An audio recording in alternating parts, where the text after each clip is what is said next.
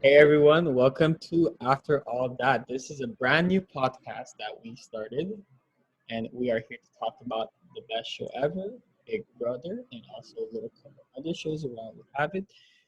So today we're gonna talk about the premiere episodes, yes, of the perfect show of Big Brother Canada season 9.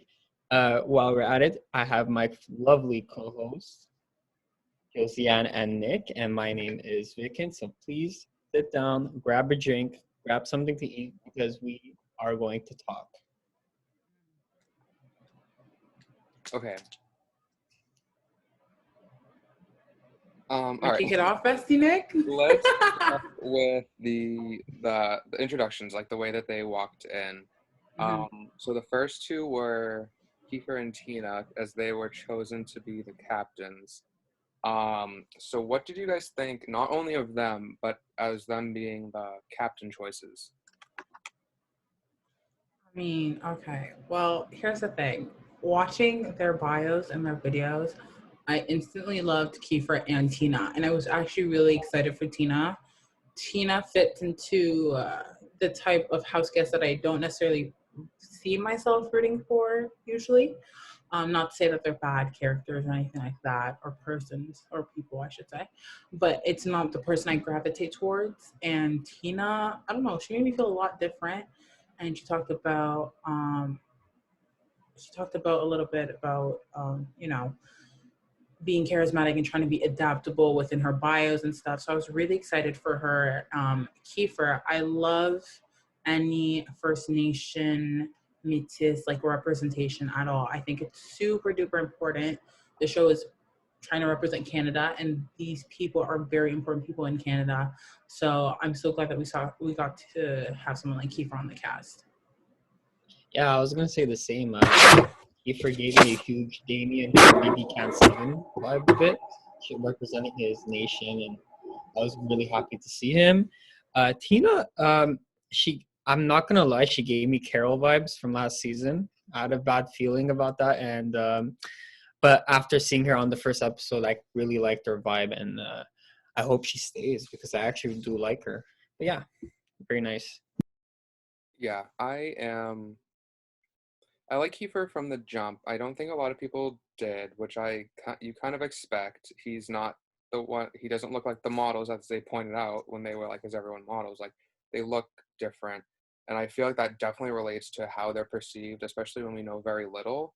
And I always root for the people that people don't root for. I just always, I don't know. I have to be different, but I was really excited to see Kiefer.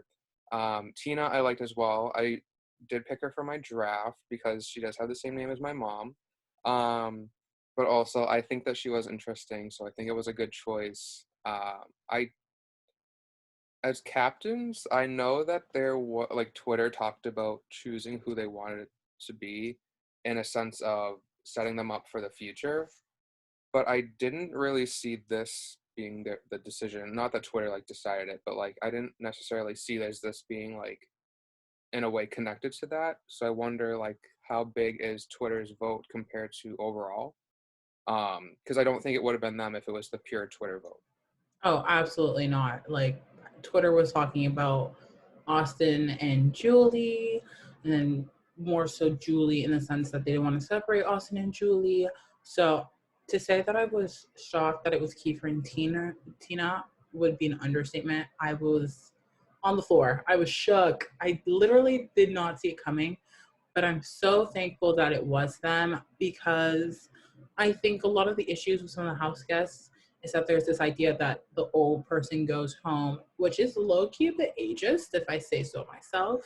I think a prime example of that was Rosina from season 6. Like she first boot and she was robbed. She had so much to give, and I feel like people don't utilize um, or they tend to isolate the people who are older. So to have the older house guests um, be these captains and save first week and making a bit of the power moves and kind of structuring the season, I think was super dope. And I'm so glad that Canada had the same mindset as of like within each other and not necessarily Twitter vote.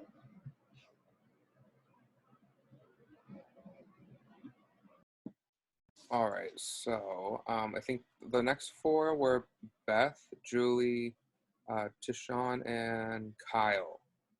Um, Personally, if I were to rank them, like favorite to like least favorite, I'd say Julie, Tishon, Beth, and then Kyle. I don't necessarily feel connected to Kyle in any way.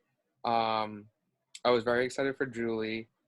Beth, I have here like question marks. Like I could not get a read yet at all, and I was not that I expected it. I also don't hold these like these don't hold a lot of weight just because it's not game related at all right now. And I feel like it's definitely played up their personalities in any way. Um, but I thought Beth was a little strange. Kyle I feel like he's just very typical. Like I don't think I hope that's wrong, but I just don't feel like I'll see him add anything.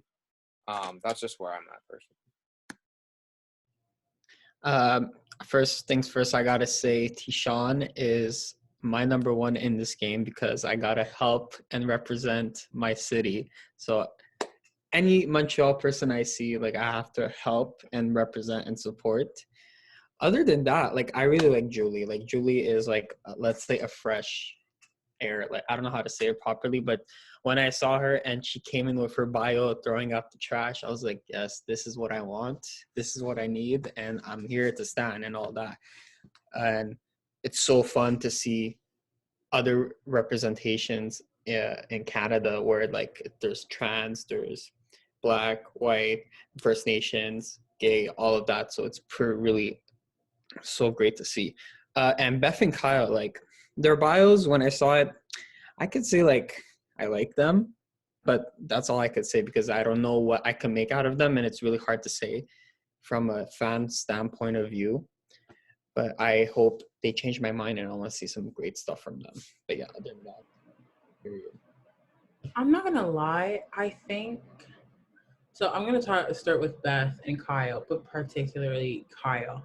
My issue with Kyle is that for those who don't know, Kyle wasn't originally on the cast.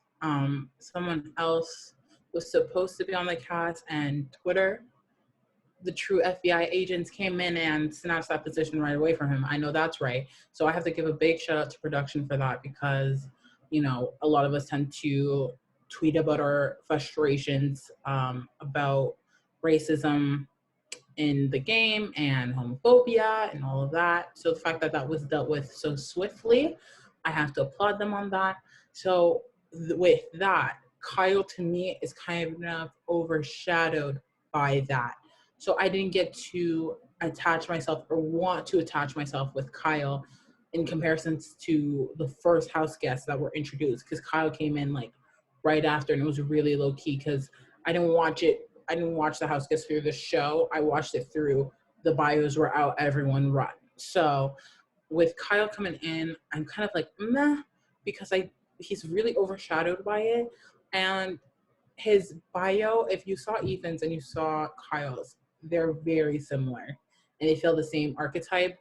And in general, I don't even root necessarily for those archetypes. Usually it does evolve where I might want to, but Kyle wasn't giving me that. Beth, especially during episode 2 with the intro, we'll get into the second episode this week, but the sweet farm girl, the southerner type archetype as well, I don't really connect with. So Beth seemed really cool. I like her occupation. I think she's a super dope person. She gives me very bubbly. But there's definitely people I would prioritize over on the cast and even within this group. And then we could talk about Tyshawn. I am rooting for him. I know that's right. Black man to the front. So we have to stand. And then Julie, I was really excited. I feel like we hadn't seen, correct me if I'm wrong, we hadn't seen a transgender player since Audrey. And Audrey left like week 2, week 3. Yeah. So I was really excited to see Julie. But we'll get more into her. Yeah.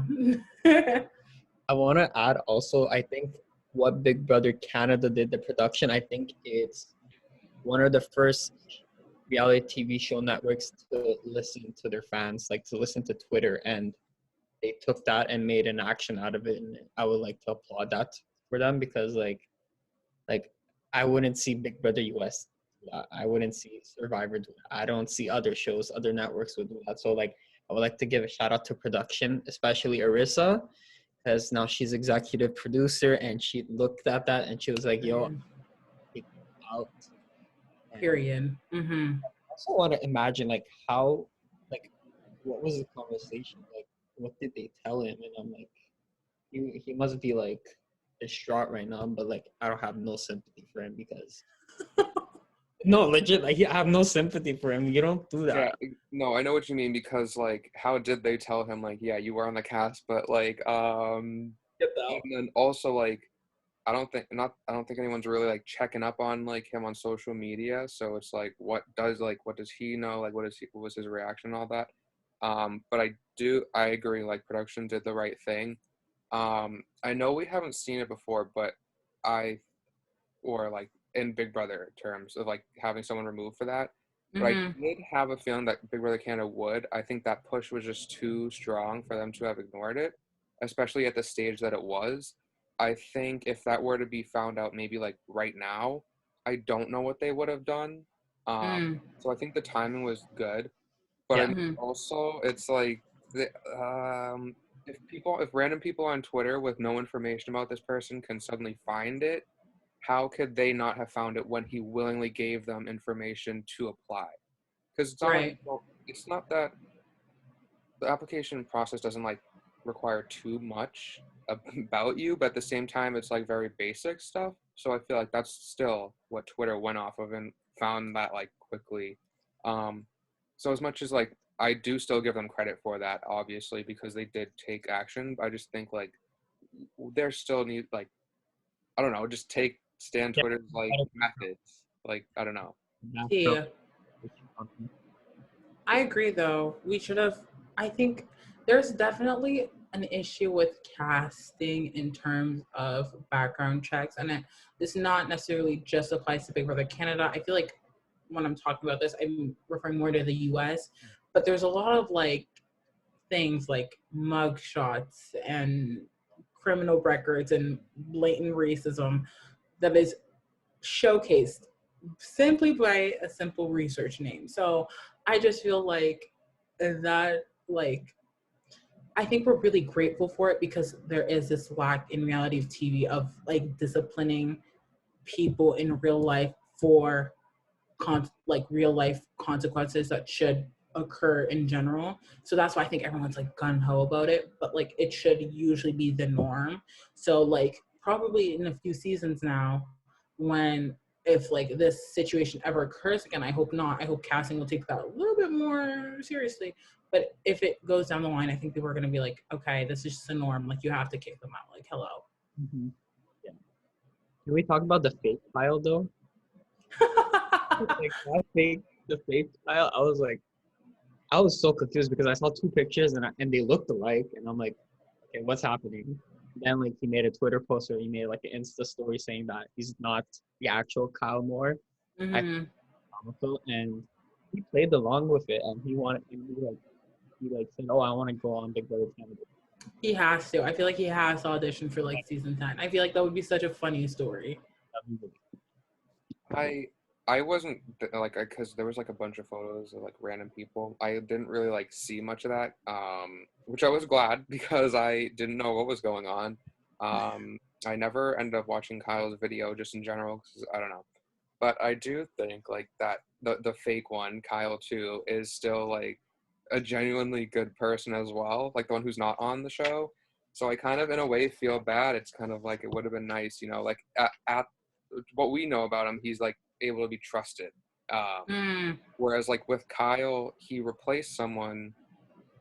Like the way the casting working, like the alternates usually represent like the similar archetypes that they'll hmm fill. So I'm like, all right, at the moment he's cool, but I don't know. I don't want to just like assume that he's gonna do bad because I don't think he will. I think hmm if anything, he'll just kind of be boring, the one that's in the house. Um, Not the furniture. worried about, but I don't know. The other Kyle, it would have been nice to see him, but at the same time, it's just some random dude. So it's I don't know. Two. Okay. Second round of house guests. Yeah, so the next four were Latoya, Jed, Austin, and Josh. So what did y'all think about them? Oh, okay.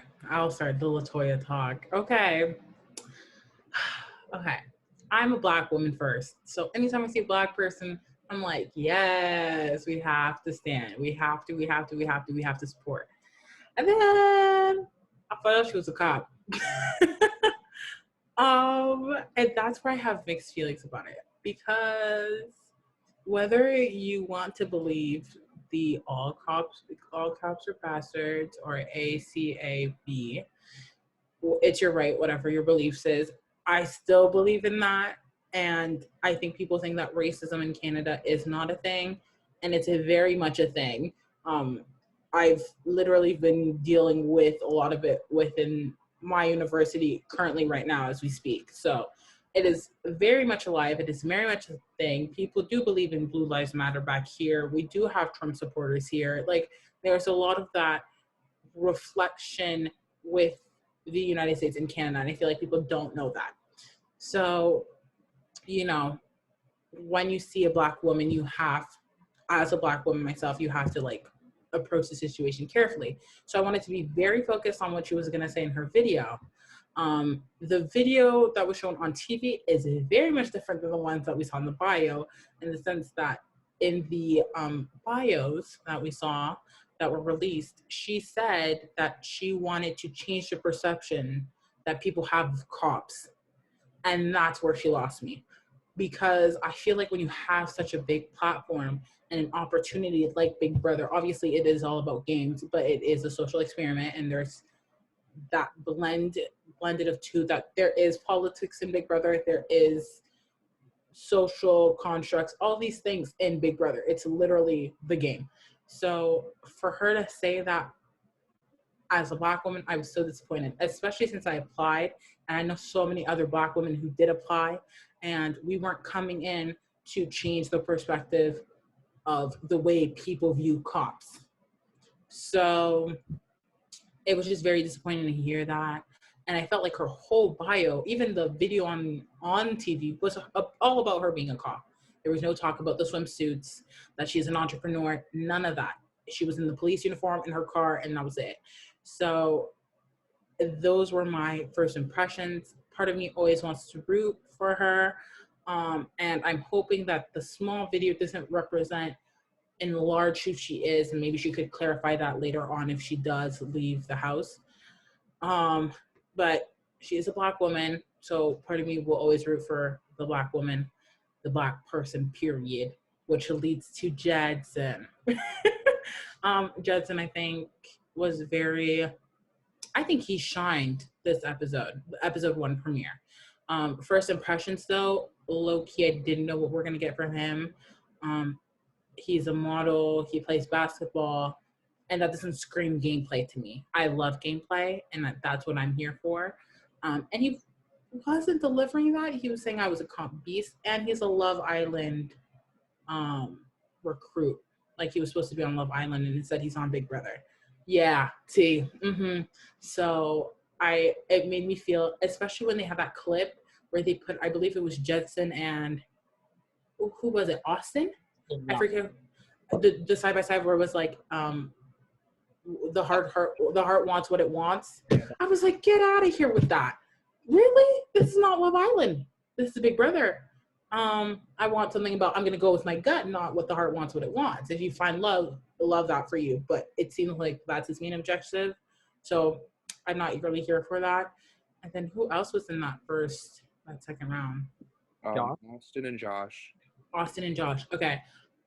Josh. Okay. I actually spoke to the person who runs his Twitter account yesterday night. We had like a long conversation with Andrew from Big Brother Canada, and Jessica from BB21, and Courtney from the All Girls podcast. They're super dope. And I think talking to Brody also helped my first impressions of him from like the first episode, because I will say Josh was giving me a bit Jughead. I'm a weirdo. Have you ever seen me without this hat on? But but I think the loner idea that he was going into the video really did translate, and I didn't think it was going to as much. So he was giving me, I felt like his intro video, I feel like it was like exaggerated to be exaggerated, and it's not actually who he is. But now I'm seeing that there is some parallels to that same loner, I'm alone, even though the game is about social game. And then last but not least, it was Josh and Austin. I like Austin. I think she has potential. I want to get into her in episode 2, but I liked her from the jump. She was a part of my draft picks, I believe. Yeah. So I obviously liked her, and I think she has very much potential. I think she's a cute girl. She can maneuver around, I think, but it might have changed after episode 2. So I'm gonna pass the mic to someone else. I just gotta say, I can't stand Josh. I don't know why. Like, I wanna like him, but I just can't. And like, I can't be like, oh, I like his bio. No, I hated his bio. And I don't want to say I'm a hater, but like, I just want to see more of him. From the episodes, then the second episode, I was like, okay, now I see it. He's messy. Very, like Josh. Okay, like I was like, wow, okay, that's something. Because I personally like Josh still after the second episode. However, I want him to have a better attitude. Like, I get the loner thing naturally. You're kind of like, it's not like rebellious, but I get it. Like, the idea of like groups of people can sometimes be annoying if you're naturally a loner. But at the same time, like, if he's actually there to win, he has to drop that. I don't care if you're a loner in real life. You're not in the Big Brother house if you want to be a winner.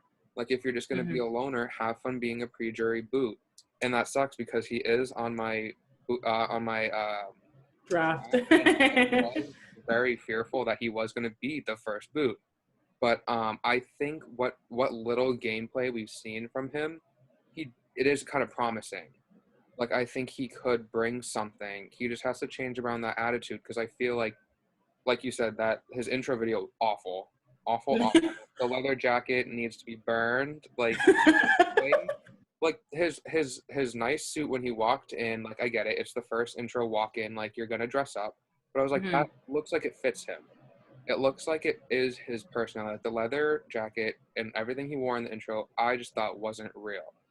Like, and my thing is, like, he doesn't seem to have a lot of personality, but what he does have, I just don't want it to be used, like, poorly. Like, I get it. Like, he might seem edgy for being a loner. He might seem different, and I can get behind that. But I can only get behind that if you're willing to, like, do some work in the game that you're here to play. It's like different if I were watching like The Real World or something like that, where they're not competing, where it's like he'd probably just annoy me right off the bat, and I probably wouldn't give him much of a chance if he keeps up that attitude. But I think he could bring something. Who else was in that group? Because I don't remember. Austin. All I have is Austin is okay. Like her because of the clip of Brayden and Julie, which we will be talking about. But Jed, I just don't want him to be like being an athlete to be his personality. Yeah. Because he mentioned like the basketball, he is like attractive, like he's like typical, like, you know, pretty boy, like modeling. So I feel like he's gonna have an easier time in the game. But I don't think that's gonna be a response to him actually playing the game. I just think he'll naturally make his way through. Especially with like, I don't know the specific ages of these people, but I do think there's like a few outliers that will just be dropped. I can't guarantee that, but I don't know. And then LaToya, episode 2 really kind of solidified my opinion, but I do also feel the same way, whereas like I could never root against her, but she does kind of have to just have that. Again, it has to deal with the episode. The intro, I liked her. I liked everything about her other than being a cop. But of course, the video was like oriented about like, let me her being a cop. Yeah, like, let me show you that I'm a cop. Let me tell you about all these other things. But it's like, I don't know, show me what you are. But if you're just showing me that you're a cop and just talking about all this other stuff, that doesn't mean much. But I do think she can show that. But again, my we'll talk about the episode because that really solidified an opinion I had on her. Unfortunately, but opinions are opinions. All right. I know that's right. Did you have anything else to say about these four, Vicken? I say okay, Latoya, exactly same as what you and Josiane said. I can't go against the black woman because I love black people. I have nothing else. I have nothing bad to say. It's just that it's oh, I'm a cop. Swim line, cop. Okay, we get it. Thank you. We saw the transition with her police uniform doing the thumbs up thing. Bam, okay. And it was when the thing about the editors is that when they did that, it shook the screen, and I literally got scared. I was like, oh my god. What the fuck is going on? I was like, no, okay. Anyways. Twitter went off of that. That thing. It was pretty hilarious. But I want to see more. And like you said, Nick, it's episode 2. I was like, okay, I see you. And she's on my draft list. And I was like, damn, it's going to go off now. I feel like I'll be scared now. What's going to happen on the future episodes. Austin, queen. Can I, crush. I love her. I can't do anything else. I just love her. She's so pretty. Very smart. She can be very manipulative. She gives me a big Paris vibe. It gives you Paris vibes? Yeah, I think so. Yeah. She just could, yeah. Could be the all oh, DC, lovey, and she could slice her throat and that's what And Jed, I like Jed. His personality is half the matter, whatever. Because I feel deep down in him, I feel he is really nice. But I just want him to shine. Okay.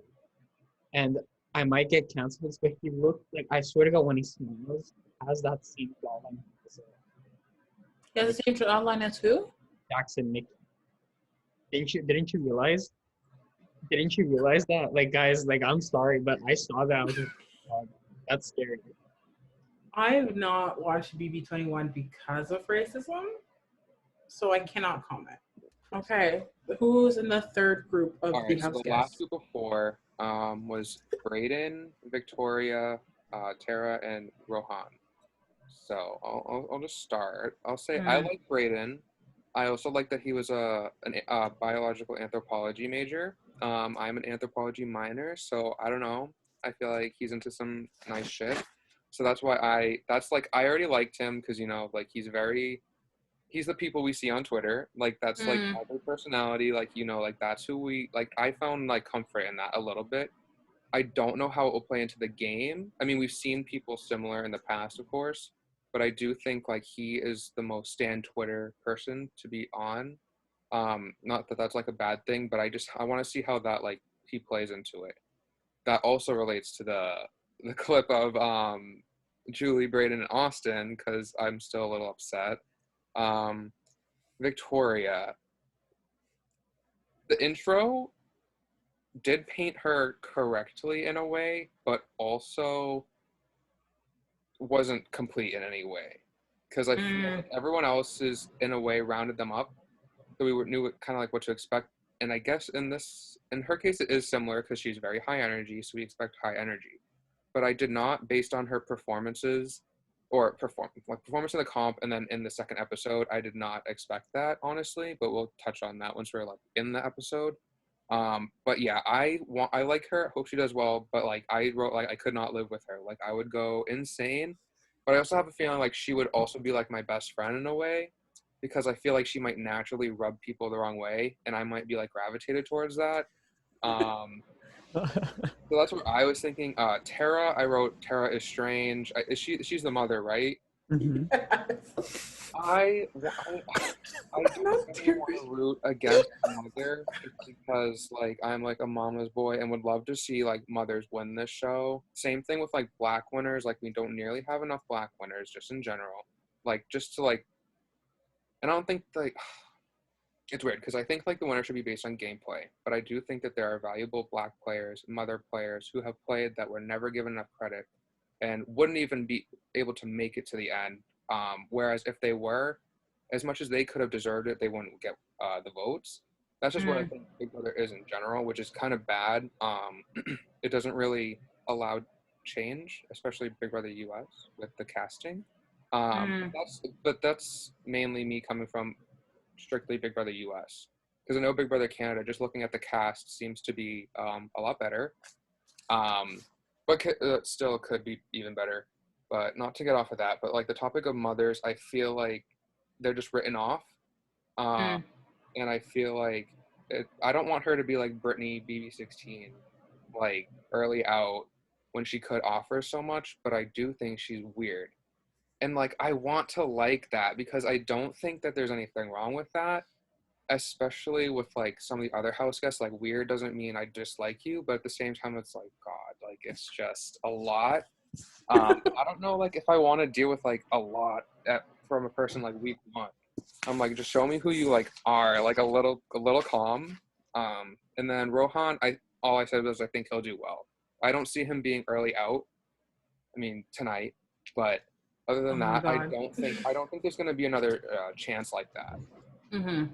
So that's what I think about those four. What about you, Vicken? Um, let me see. Tara, I actually do like her. Like, besides her being a mom, I love that. I find her personality very like bubbly and kooky and all that. Like when she got off the house, when she entered the house, I'm sorry. She was like, "Oh my God, I could finally touch people." And like it sounded very like weird, but at the same time, I was like, "Okay, it's funny, like whatever." And like she's honestly like I like her, but as Nick said, like I want to see her, not like her being all over the place. And I have nothing but good luck. I wish her good luck. I hope she goes far. Rohan, oh my God, like that bio of him, I'm like, what the hell? Like, I'm scared. Like, I would be shitting myself if I was in a house with him. Okay, just like his essence, his like posture, it's just very like intimidating, and I would shit myself if I would play a game against him because like he could like say one thing to me and I'll like legit believe him, and he'll like run. I think he'll go really far in this game. He'll run. He'll manipulate the house. It depends on who he's aligned with, but I think he'll do really good.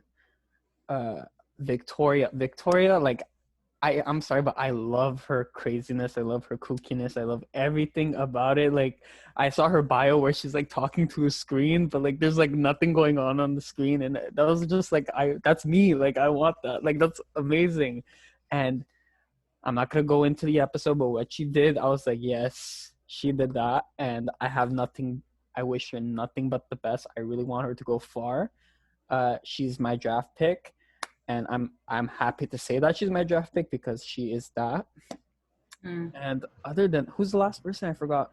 Brayden. Brayden.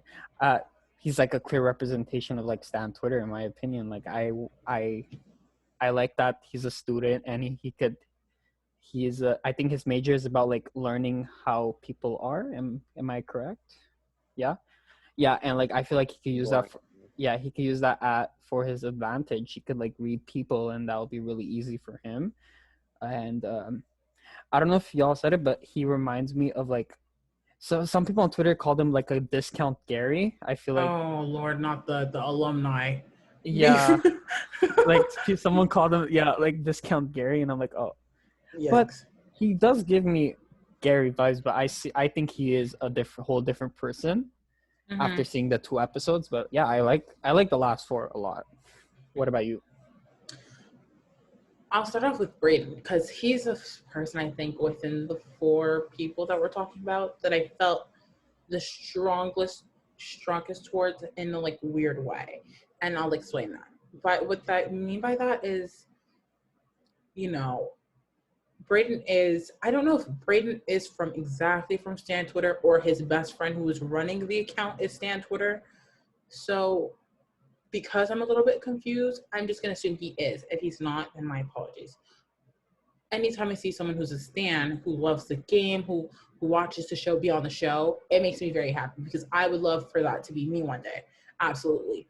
But watching his video, I was like, what is he supposed to give us? I do understand the Gary comparisons 100%, but his video, it just seemed like in the most like respectful way. It just seemed a little like too hard to be someone, if that makes any sense.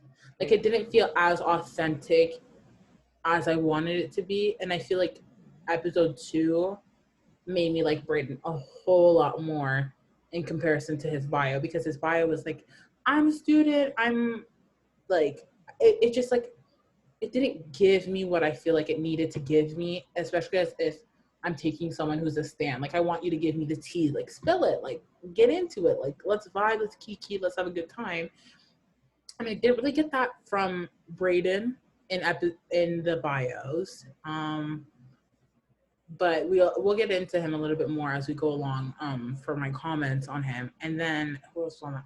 Tara. I actually like Tara. I thought the little bit where she was with her family, she's like, this is a nomination ceremony. I'm putting on the because you left the pee on the toilet seat. That's disgusting. And she turns to the camera. I said, I love that, because they had to film their own videos. So I'm pretty sure she herself thought of that. And I was like, yes, ma'am. You're giving me entertainment. She was serving tea. I was like, okay, I think Tara has potential. And I like the way she was like selling herself to us. I do think she's a little all over the place. But I like the way she was selling herself 100%. Who else was in that house or in that round? Oh, Victoria. Yeah. Victoria, she's from Hamilton. I'm from Burlington. We're beside each other. We're like city neighbors, so I have to stand. But I will say, as someone who is loud and energetic, I know when to rile it in and like keep it cool if I need be. And I didn't feel like Victoria has mastered that art yet. I could totally be wrong. Feeds are live, so we're gonna definitely see that. But she gives me like she's always on 100% of the time. And as a person, like as an extrovert, even to me, that seems a little overwhelming. And so that makes me very nervous of her. And even like through the last 2 episodes, like I won't get into what she does in the episodes, but you can also tell that she was always doing at 100% of the time. And I do think while that's like fun and cute to like watch, I feel like the house guests living with her and her always being so active and wild and all like in your face, she's going to become a target, and therefore she might not last as long as she potentially could if she riled it in a little bit. From what we've seen. And then I'm missing one last person. I'm forgetting. Rohan? Yeah. How could I forget my number 1 draft pick? Yes, Rohan. I am a Rohan stan. Unless he does anything problematic, then I will retake that comment. But I am a Rohan stan. I'm ecstatic. Rohan is the type of player I don't want to say I would necessarily play like him, but he is the type of archetype player, the villain that I'm going to manipulate, I'm going to master around. Those players are the players I love to root for. You saw, I'm going to say Peter, Peter season 1, like that character of his, I was rooting for him the whole time season 1. I mean, I was also rooting for Gary Glitter, but he was the type of player that I usually gravitate towards. So I was obsessed with his bio. I feel like the lineup of the way I watched the bios, it was like in order of the way it was displayed on the website. And it was bland. It was getting boring. No one was giving gameplay talk. No one was talking about it. No one was giving it to us. And then Rohan came in. He said, I probably lied 90% of this whole video. And you didn't even check it. I was like, oh, that's what he was selling himself like a hooker on Young Street. I was obsessed. So I'm really rooting for Rohan. I want him to go so far. I was very nervous for episode 1 and 2, but we'll get into that. Mm-hmm. Amazing. Yeah, one last thing I'll say about Rohan is I think out of all of them, he was the one to like really promise gameplay. Yes, absolutely. Agreed. I don't care about kind of like what you were saying about Brayden and Josiane, like about like what am I supposed to get? Everything, I feel like most of the videos were character development for themselves, like kind of like, which I get, you kind of want to get into that mindset. So how else do you do that other than like submerging yourself in it? But I think that like cost them like the authenticity that we really want, or at least someone like me would want. Like again, gameplay comes first before personality, but at the same time, I feel like you can give both. You don't have to choose one, because Rohan did that. Like, Rohan promised game, and you still got to know him a little bit. And the Agreed. other ones, I feel like Tara, you know, that was with her nomination ceremony part of her intro video. I feel like that kind of like hints at her like actually knowing the game, and actually trying to like be good, not just like going in there like, I'm gonna do this, it's gonna work out. Like, she like kind of wants that. Like, even if the practicing was just a little fun bit, it's like still, it's kind of like she's getting into it. And like, so I think those two, not that Tara like is like mastermind from that intro video, but like, I feel like in terms of like the other videos, then yes, like it was kind of leading into promising gameplay. Anyone else? Anybody from the cast? I think we said a lot about the cast actually. Yeah, and I feel like the rest of the episode is going to go pretty quick because it's just kind of the comp. So now that we talked about the cast, let's just quickly go over our draft picks. You're probably gonna have to tell me mine. I have them all written down. Oh my god.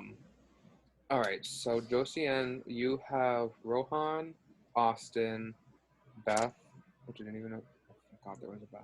Tara, and Kyle. I literally checked. I thought my draft picks were a little bit more melanated, but it's okay. It's fine. Vicken, you had Tashawn, Victoria, Jedson, and Latoya. Wait, why you get all the? Let me not say that. As it should be. Okay. You got all the. And Oh my god! I just realized. Yeah. Oh my god. Oh my god. Vicken, you also had the wildcard one. However, at the moment, there is no one else coming in. Exactly. Yeah. Which I think they ended the episode with someone saying someone might come in. So I'm still like, I'm not going to rule that out. But at the moment, we are just continuing as 14. Okay. And then I had Julie, Tina, Josh, Brayden, and Kiefer. Lord.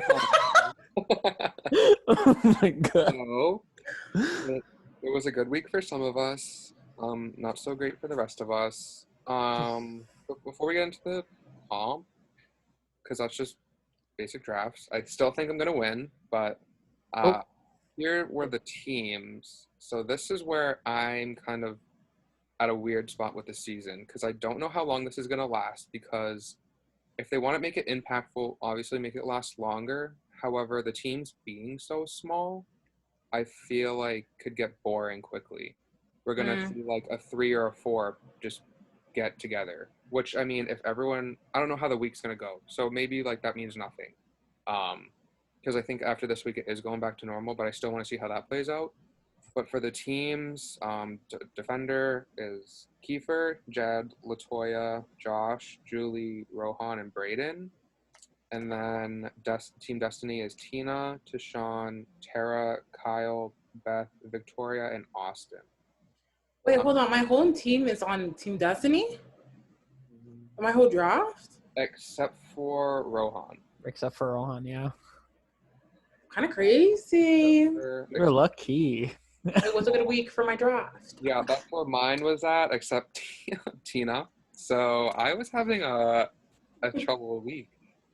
And I did read a little something from the feeds, so it... Okay, we're going to talk about feeds at the end, I guess. Yeah. Yeah, because I've only seen, like, one thing. So, yeah, those are the teams, and then they do the team comp. So, is that all they did, other than, like, meeting each other in the house? Like, did it just go right to the comp? Even then, we didn't even get, like, the basic, like, hi, my name is Julie. I'm 29 years old. I'm a social media influencer. Like, we can get any of that. No, which, far enough for me. You know, I kind of low-key disagree, and here's why. Latoya's whole thing, I'm a comp. That was her whole thing. So I wanted to see what the same energy they gave Derek and BB16. He came in the house, you know, you have their introductions. What is Latoya going to say? What did Latoya say? And I think episode 2, we're going to get into episode 2 later, but Julie did have, well, not just Julie, but a lot of the house guests had that conversation of coming out and that conversation. But I was really curious if, I don't think that was the first time that was mentioned. So I don't think that was the first time that Julie mentioned that she's transgender. So there's like those little elements that I would have loved to see, like the first initial things and the who's lying about their occupation. Brayden, did he say that he was a student? Fully in what exactly he's studying? Like those small elements that are really a part of the game, because lying is a part of the game. And if you're lying straight out of the gate, it's important, you know? So, and like at the final speech, if we have those, I didn't tell you that I was this. Well, honestly, we didn't see that. So that's the only thing I'll say about missing introductions. But I feel like because of the videos this season and how they were filmed, maybe the production didn't feel like it was necessary to have or to see those introductions. Yeah. I completely agree. I feel like the parts that we saw, like all sitting together, all life is good, you know, like, oh, I'm transgender. I felt that was staged, and it was probably not staged as in like she said it, like the way the placement was, like everyone was together, everyone's like talking. Like normally on if you look at the feeds, not everyone would be together, you know. The whole So house, yeah. exactly. So I felt like it wasn't that genuine, but it was still a good moment to see, because like left and right people were like coming out and stuff, and like it was actually good to see, but at the same time it wasn't that genuine. And yeah, I really wanted to see what Latoya was gonna say. Like, was she gonna say I'm a cop? Was she gonna say I'm an entrepreneur? What was she gonna say? Like imagine if she would say I'm a cop, like everyone would be like looking at her like crickets, like that. I was really interested to seeing that, but maybe we'll see it soon. I really don't know, but I feel like the first two episodes were very rushed. I don't know about y'all. Like it was very, very, very rushed. They're like, okay, cast all together, comp done. Like you could have added a little bit more. Like we wanted to see a little bit more stuff, and I was like, okay. And then the second episode, it was that. Okay, like I could say that it was really that. That's why I thought the premiere was going to be like 2 hours, because it was like 7:40, and then they were just getting to the comp, or like just in the comp. So it was like, oh, like okay, like it's just ending. I also thought it was just maybe my stream. I was like, maybe it's like so off that I just like think like there's more, but then no, I do agree. It was just kind of very like cast comp done. Mm-hmm. Very. Speaking of the comp, I think I don't pay attention, and maybe this is bad for me. I don't really pay attention to the order of drop of the people who drop. Because I guess Josh dropped first, which I mean, week one, you should look for that, because that's usually a strategy to put people up if you are HOH. However, this week was different. So I don't really follow that. But I think like when it comes down to also Victoria expressing like the strategy of like making people think that she's struggling, I think going back to what you said, Josiane, about always being at 100, I think that's where it showed. And I was like, I would have just given her like the slime just to shut her up. Let me take you out, which sucks, because I do think like that she is promising, like a promising player, but again, if she doesn't tone it down, she'll just no one's going to want to work with her. Everyone's just going to feel like everything's like not safe between them. So I hope that she does tone it down, because I do want to see her do well. So that's what I thought about her strategy. I mean, we can get into the strategy, because I think I tweeted about it. I was like, so at first she was just being like, I don't want to say like she was just like really out there. That's the term I'm going to use. Like she was very present. Yeah. And from the jump, I was like, dude, like I get if you're in pain, like if you're in pain, I get it, but try to hold it in just a little bit, because I feel like it's going to target you, and I don't want Victoria to get targeted. But then we get the DR, and it's like, actually, I'm faking because everyone else is apparently struggling and I am not. I said, Miss Ma'am, exactly, as you should. Secure your bag. Absolutely. Because to some extent, like, if I hear someone struggling and I see people aren't, I'm probably going to lean towards giving slime to the people who seem a little bit like less struggling, so that they can struggle as much. So I get that. But it's just like, you can have two extremes, like literally with our conversation right now. Nick would have just given her all the slime. I perhaps wouldn't have. But I just feel like she didn't have to be like, oh my God, this is so hard. Oh my God, Jesus. Like, I was like, Miss Ma'am, I get it. Like, it's probably heavy. But yeah, I think her strategy was great. I just think she could have done it at like 75 instead of 100. But other than that, like I think I like the comp. I like this reminded me of Survivor, and I'm gonna reference Survivor a lot. Because this season is low-key giving me Survivor tease in the best way. I love Survivor, so it's great. But it reminds me of what season was it? When you have to carry the sandbags, and then you have people who distribute the weight and give it to you. That's what it reminded me of. Like everyone has their original weight, and then you can add on. That's what it reminded me of, and I love that strategy. I feel like sometimes the Big Brother games can be not strategy based. It could be, I love a good luck comp once in a while. I love a good like endurance, which this was, but it was strategy and endurance, which I loved. And I was so thankful that they had weight based on them. I'm so sick and tired of people getting the same amount of weight every single time. I feel like that's so unfair when you're playing a game. Like if you're gonna give them like 10% of each person's body fat, love that. That's fair. That's, or I'm saying body fat, but that might not be fair. But like the same proportionate weight to every person. Yeah. So I really was thankful for that, and I think it was a dope. I love the premier competitions because they're usually endurance, and I love that this was the way they chose to do it.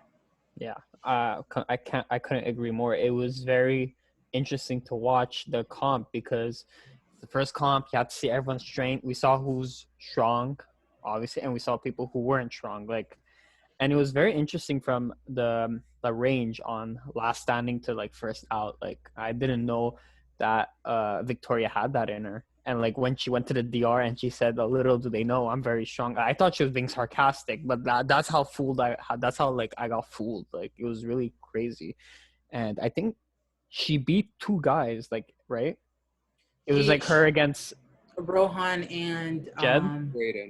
Braden. He shocked me too because he came out. He really did good. I was really impressed. He beat Sean and Jetson, right? Mm-hmm. Yeah, that was really cool because they're like known to be, oh, I'm the big guy, I'm strong, this is my thing. But then they flopped, and wow. I mean, I feel like we can't say that Jetson flopped because Tina just can't. Every time the thing would bring, boom, on Jetson. Oh yeah, I forgot. On Jetson. That's like, true. My bad.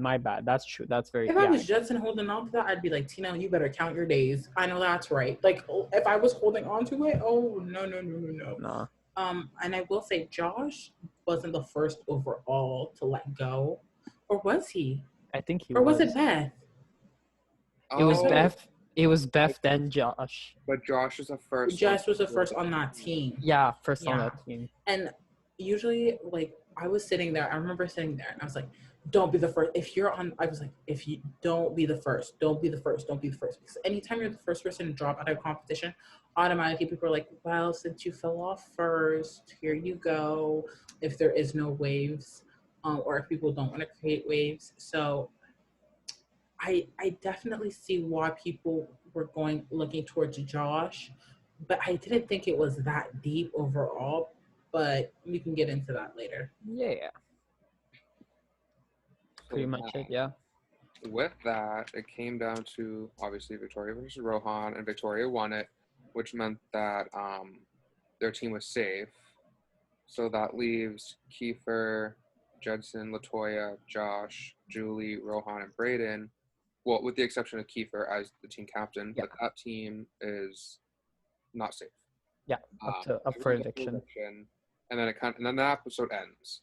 So now we're in the eviction episode, which gave so much, but the outcome was very little. I disagree. I think I very disagree. Not very little in terms of it was underwhelming. I just think it could have been twisted around in any way, and the way it landed, I feel like is the most disappointing for viewers. Okay. Really, gameplay, I don't know. Gameplay, it could have been smart. With the evictee being out so early, I don't know how soon we wanted to start saying names, but yeah. So to start off with the eviction, I wrote down, I don't think I like Latoya. And then immediately after that, it was like that coming out segment, and I was like, oh, okay, like another LGBT person, like automatically gonna just like have my eye out, like I got you. But then like I think further on it went back towards negative with Latoya, but still want to give her the chance because it is just week one. It is teams in play. We don't know what's gonna change. We don't know like we don't know what teams will do in overall standings. But right now I don't like her gameplay. I don't like that she just goes to the boys. I don't like to see men in power positions when it's just men, and I feel like they won't ever reciprocate that for her. And I feel like they would to some extent, but not to what she would be willing to give, because I feel like she might be someone who's willing to like ride or die for people. And I don't want her to do that with the wrong people, because again, as much as I don't like her, and as much as like her like who she wanted to target was like a little like why, I do just want to give her that chance still, because week one is always messy. It's always not really based on anything. So that's what I think just overall about that episode prior to the eviction. Yeah. I mean, with Nick Vesey, I have to disagree. Yeah, it's sad to say. Okay, first of all, other than the whole slop scene, which, like, I get it, first time slop, it's important, da-da-da. The whole feast thing, first of all, I'm just going to jump back on that, and then I'll come back to the point I was going to say. They made such a, like, again, Survivor, they were like, so reward, you guys get a feast, and you guys eat slop for one night only, just like the night. And I was like, why is that needed for the one night? And they didn't even make a big deal out of the feast. I was expecting a Wendy's sponsored deal. Oh my god. So quickly. And then Victoria was like the first there, and she was like, spaghetti, salad. I was like, what the fuck? What? I was like, so this isn't, anyways. I was like, is this really a feast? But I digress. Anyways, but we're talking about the eviction episode, so I guess I can go. I'm gonna go in order, but if you guys still want to jump in, like, go ahead and cut me off. Like, literally, don't care.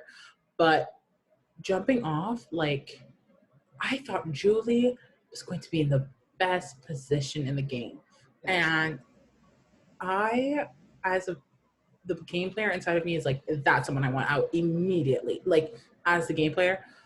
Not because I don't like Julie, but it's like, if you're ready, setting yourself to be in a good position, it's going to be really hard to get you out of that good position. We'll get into that later.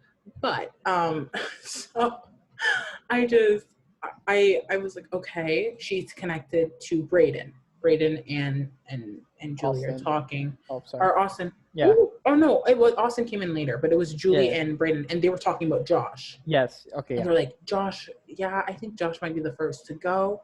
And that's when it clicked in my head that Josh was the first to drop out of their team. I was like, why are they targeting Josh? He wasn't the first to drop, period. But then I understood. So with that, I was like, okay, cool. And what happened? We get the undercover bros, and they're talking. And this is where I disagree with you with the Latoya comment, because the undercover bros talked to each other first, and they mentioned Latoya. So it's like Latoya was brought in versus Latoya going to either Judson or Tyshawn and being like, so I want to form a thing with you and like X or Y, the other man. So that's why I was like, I think they saw Latoya and her potential, and because they seeked her out, there's that loyalty towards her, and she was just giving back. But I feel like that energy was very reciprocated, especially when we were in the room, the setting in the room, and they were sitting, I don't even know where that room was. It was like that yellow canary pink. Like, you know that room where, okay, you remember in BB Can 7, it was just a blank room, and then it led to a secret room. Oh, right. That room. Right. Yeah, that room. Okay, T. They were just sitting there, and I was like, wait, I kind of have to stand a Black Alliance. So, and that's where Latoya got points for me. Latoya actually went uphill for me in comparison to you, where she went downhill, because I was like, okay, a Black Alliance, whatever. I don't know when she's gonna reveal she's a cop, but the Black Alliance. So I got really excited about that. And then, oh my God, it just got messy from there. Latoya was like, I want Julie out. And this is my frustration. And this is the one thing I was so happy about in BB22. We got feeds immediately. Right? Or, yeah. Yeah. So I could just hop in and get into the tea. I saw lines forming. I saw the connect. I saw all of these things that other alliance, I forget what it's called. I kind of like erase it from my mind for reasonable reasons. But it's like we got to see these connections form. And I like Latoya just saying Julie's name. It was a What shock. was the reason? Yeah. What was the reason? There was like literally no explanation. And I feel like she probably has one. It was like, Julie sneaky. But like we're playing a game, so I'm sure that there was more layers into why Latoya picked Julie. Mm-hmm. And I don't want to, and I saw Twitter trying to call Latoya transphobic, and I disagree with that. Don't ever throw an accusation like that unless Latoya has given you literal, like, Explicitly. proof. Yeah, explicitly. If anyone goes after Julie, you can't just say that they're transphobic because they're going after a game player. Like, they're not looking at Julie like a transgender woman. They're looking at her as she, as her, as a woman. Like, as a player. Yeah. As a player in general. That's what a lot, especially stay on Twitter, especially a lot of the people I follow. Anything that is done to anybody, they usually find a way to like twist it. And the only time I won't like, not to say like, well, one, I only take it fully credible if there's like some sort of reasoning for it. Mm-hmm. I'll usually take a closer look into anything that's like race related, because a lot of people do function that way just day to day.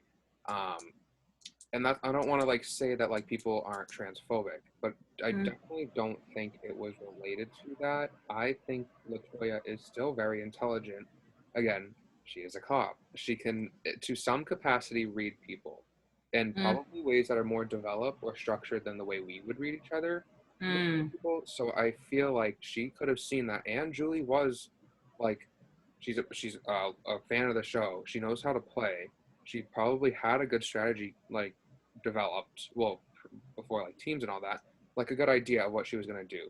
And I think Latoya did recognize that. I just think there is definitely more to what was, more than what was shown, because hour long versus like the few days that they've had. Again, I don't know how long they had for all this voting and stuff, but much longer than what we were shown. So I think there is more, but I think they try to generalize it, which obviously without feeds is tough to really like fact check a lot of stuff. Not that there's much to check anyways, it's still very limited. But I don't think it was like transphobic at all. I just think it's tragic not to have a season with a transgender house guest, because I was so excited for that. Again, last time we saw it was Audrey, and she didn't do well. And I also heard about stuff like Big Brother US like made her talk about it, and I was like, that to me is like a step back. If you're gonna get a transgender house guest, get them because they're a good fit, not because you want them to talk about it. Because as we saw in the house, like Audrey didn't have a very good time. So I feel like I wanted better, not just for Julie herself, because I want her to do well, but also like transgender viewers, people who want to play the game. I want them to like understand that like, hey, like you can, like you're not just gonna be like Audrey, where she had like a harder time. And again, they really only have Audrey and now Julie to look at, but it's like, at this point, Julie went home. So it's kind of like, it sucks. It's like, I just wanted to see her. I didn't think she was going to win. I did pick her first just because I was dying to have her. Pretty girl was like, all right. Definitely didn't think she was going to win, because I do think she had a kind of like, not control, but she kind of may have been able to gain control had she stayed. And I think she knew that. And I think other people like Latoya could recognize it. how well she recognized it, or unless it was just like a let's jump on it, let's get this moving, and everyone else kind of just decided Julie as well. Because again, Latoya couldn't just. Latoya was not able to take Julie out herself. Yeah, All Yeah. the votes. Yeah. there was definitely a loss in translation, and I'll get to that. But like, Vicken, do you want to add anything? Yeah, I wanted to say something. The only thing I didn't like about Latoya in that episode, like I get it. Julie's sneaky. She could like influence people. That I get it. Okay. But then when when Julie went to confront her, I ain't having it. I'm not doing this. I'm gonna go to the bathtub. I'm done. Like you just made it obvious that like you started it. Like and my problem is that Julie had to like I wouldn't say attack, but Julie had to be like, okay, I see you. You're like you're trying to pin it against me, and I have to do something about it. And Julie was like, what the hell? Like she told Beth like, did I attack her? Like, and I found that very weird from Latoya. Like Latoya, like back your shit up. Say something. Don't say I ain't having it. Because if you say that, like if I was Julie, I'd be like, what the fuck is wrong with you? Like, Yeah. like be real about not be real because people are gonna lie, but like own up, say something. Don't say I'm backing out because it just proves that you can't handle pressure. Yeah, especially with that specific response, and it's week 1. It's week Like, one. Like what the hell? Come on, like very. Not to say that like week 1 boots like have no impact, but it's like you would get. This is the one chance. Do what you want and get the very little like after effect that you would receive. Mm-hmm. So I'm like, just own up to it. But like I don't know. I don't know if I like am trying to like think of it in a different way now, but I think maybe Latoya's like response, despite being weird, despite being like, what the fuck, left Julie with no response. Like left Julie with no ability to further that conversation. Like who knows? Because I think someone was around. I don't know Beth. if it was No, it was Tara, because Tara. Tara made a comment in the DR later on about that. yeah. She's like messy. Once She I was like, see oh my god, it's messy. I don't know. But yeah, she was around. So my thing is like, as much as like Latoya's like response was like, what? Like I don't know how I would have even done anything. I think that although it kind of seemed weaker in the moment, was better because it cut that conversation off. It left like Julie had to go do something else. Like Latoya, I think it was a power move. yeah. Really? I didn't like it at first. I thought it was a little like kind of like, come on, like play the game, but then at the same time like, oh shit, like maybe she is like playing it better. And I would like to add something. I'm really pissed off at Josh. Okay, like he's getting on my nerves. Like I felt like okay, the only person who was targeting him was who was it? I don't think there was an only other person. I feel like it was like 50-50. The way the edit made it seem, it was 50-50, Okay. but more so on Josh, but it was also Rohan. So I think Josh, but I'll let you finish your thought before I go off. But so like Josh was like low key on the chopping block, and like I mean I would say it's a smart move to just blabber everything off on Julie, and Julie is becoming the messenger. I get it, but like it was so messy, and like he went off with the loner. I'm a loner, and then I don't fit. 4-guy alliance. Fuck them. Like I was like. I saw him being really messy, and like it worked, and he got safe, like that I could give respect to. But I was like so pissed off because like, why would you go attack Julie? Like you should have went on like let's say someone who looks like a bigger threat. I think I'm being a little biased, but I just felt like he could have went on someone else instead of like laying all the pressure on Julie. But I give him props for keeping himself safe because what he did, and he's safe now. Like you know what I mean. But yeah, I'm just really pissed off on what happened. But yeah. I will say the way the episode started with Josh, I saw it coming, but only because of like, again, that conversation that was had with the person running his Twitter account and the people who were in the room at the time. But the person who was running his account was like, yeah, he doesn't like alpha males. Like he doesn't. And then someone had asked, I think it was Jessica. Jessica was like, so who do you see him aligning with? He was like, Julie. I see him working with Julie. I was like, oh. So when I saw that episode, and he's talking about, I feel like alone. And the guys were playing pool, and he was just like sitting on the sofa. And then he walked in the house, and he kind of looked at like Victoria and whoever was sitting there. I think Beth was there, and there was someone else. I was like, yo, like that loner bio stuff. Like, I didn't think he was gonna bring it into the game like that. Like, I think now I'm starting to understand that you have to play up the archetype that production wants, which is like totally normal. It's fine. So I felt like maybe he was like putting the like loner type thing like for the video, but I think he was actually being genuine. I think maybe the Elon Musk and the edit and stuff like that. I don't know who edits them. I think maybe that was him like being like the extra part of it. But then again, I don't really know him, so maybe it is actually who he is. But when he came in and he was doing that, I was like, oh, okay, wait, like he was being legit, like legit. Like he would probably be alone, which is terrible social game, like on its own. Like maybe that will benefit him in the long run. We'll see. But as of right now, the game is about relationships, and he seemingly has none. The only other relationship he had was Julie, Yeah. and that scene where he goes up to Julie, I was like, oh, I really like this. Like, I really, really enjoy this. Like that's his confidant, and that he feels comfortable around Julie. I was really excited for that. And they had that conversation, and he was like, I think it's going to be Pretty Boys 2.0. Now, I don't know in Sequester if they gave them season 7 to watch or what season they had to watch. But if that wasn't the season that was given to them, and he knew that, that says that Josh has at least a little bit more knowledge about the Big Brother game and like alliances in comparison to maybe other house guests. Mm-hmm. And Julie knew straight away what he was talking about because she's been auditioning for 6 years in a row. So obviously she's watched the show. And I was like, okay, I get why you would feel like there's a boys alliance. I would totally look at the men a little weird too, because the Pretty Boys, it was great for them, not great for the fans. At least for me, I'm speaking for myself. I didn't like seeing one alliance just destroy everyone, especially alpha males. But I do love Anthony King.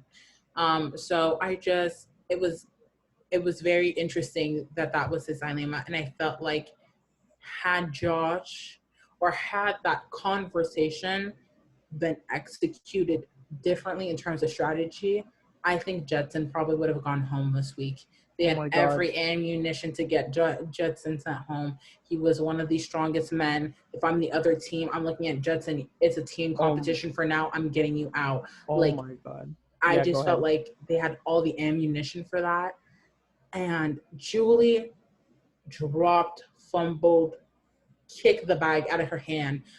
She went to, I think this is the most, it's a terrible move.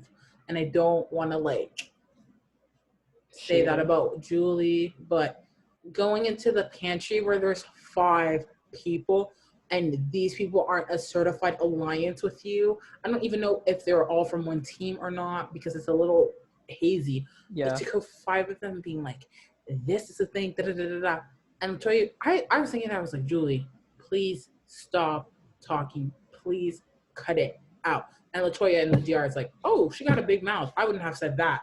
But it's true. It's fact. It's tea. And it's like, if you're going to go off about this small information as a gameplay player, I'm thinking, what are you going to go off of next time? And what if it's about me next time? And that just made a huge target on her back. And Brayden was in the room, and that's like her confidant. But I was just like, no, cut it out, cut that shit out, cut it out. Especially since Josh didn't ask her to do that. She went out of her way to do that. And it just target huge on her back. I know that Vicken wants to say something before I continue, so. I'm just mad at the other team, okay?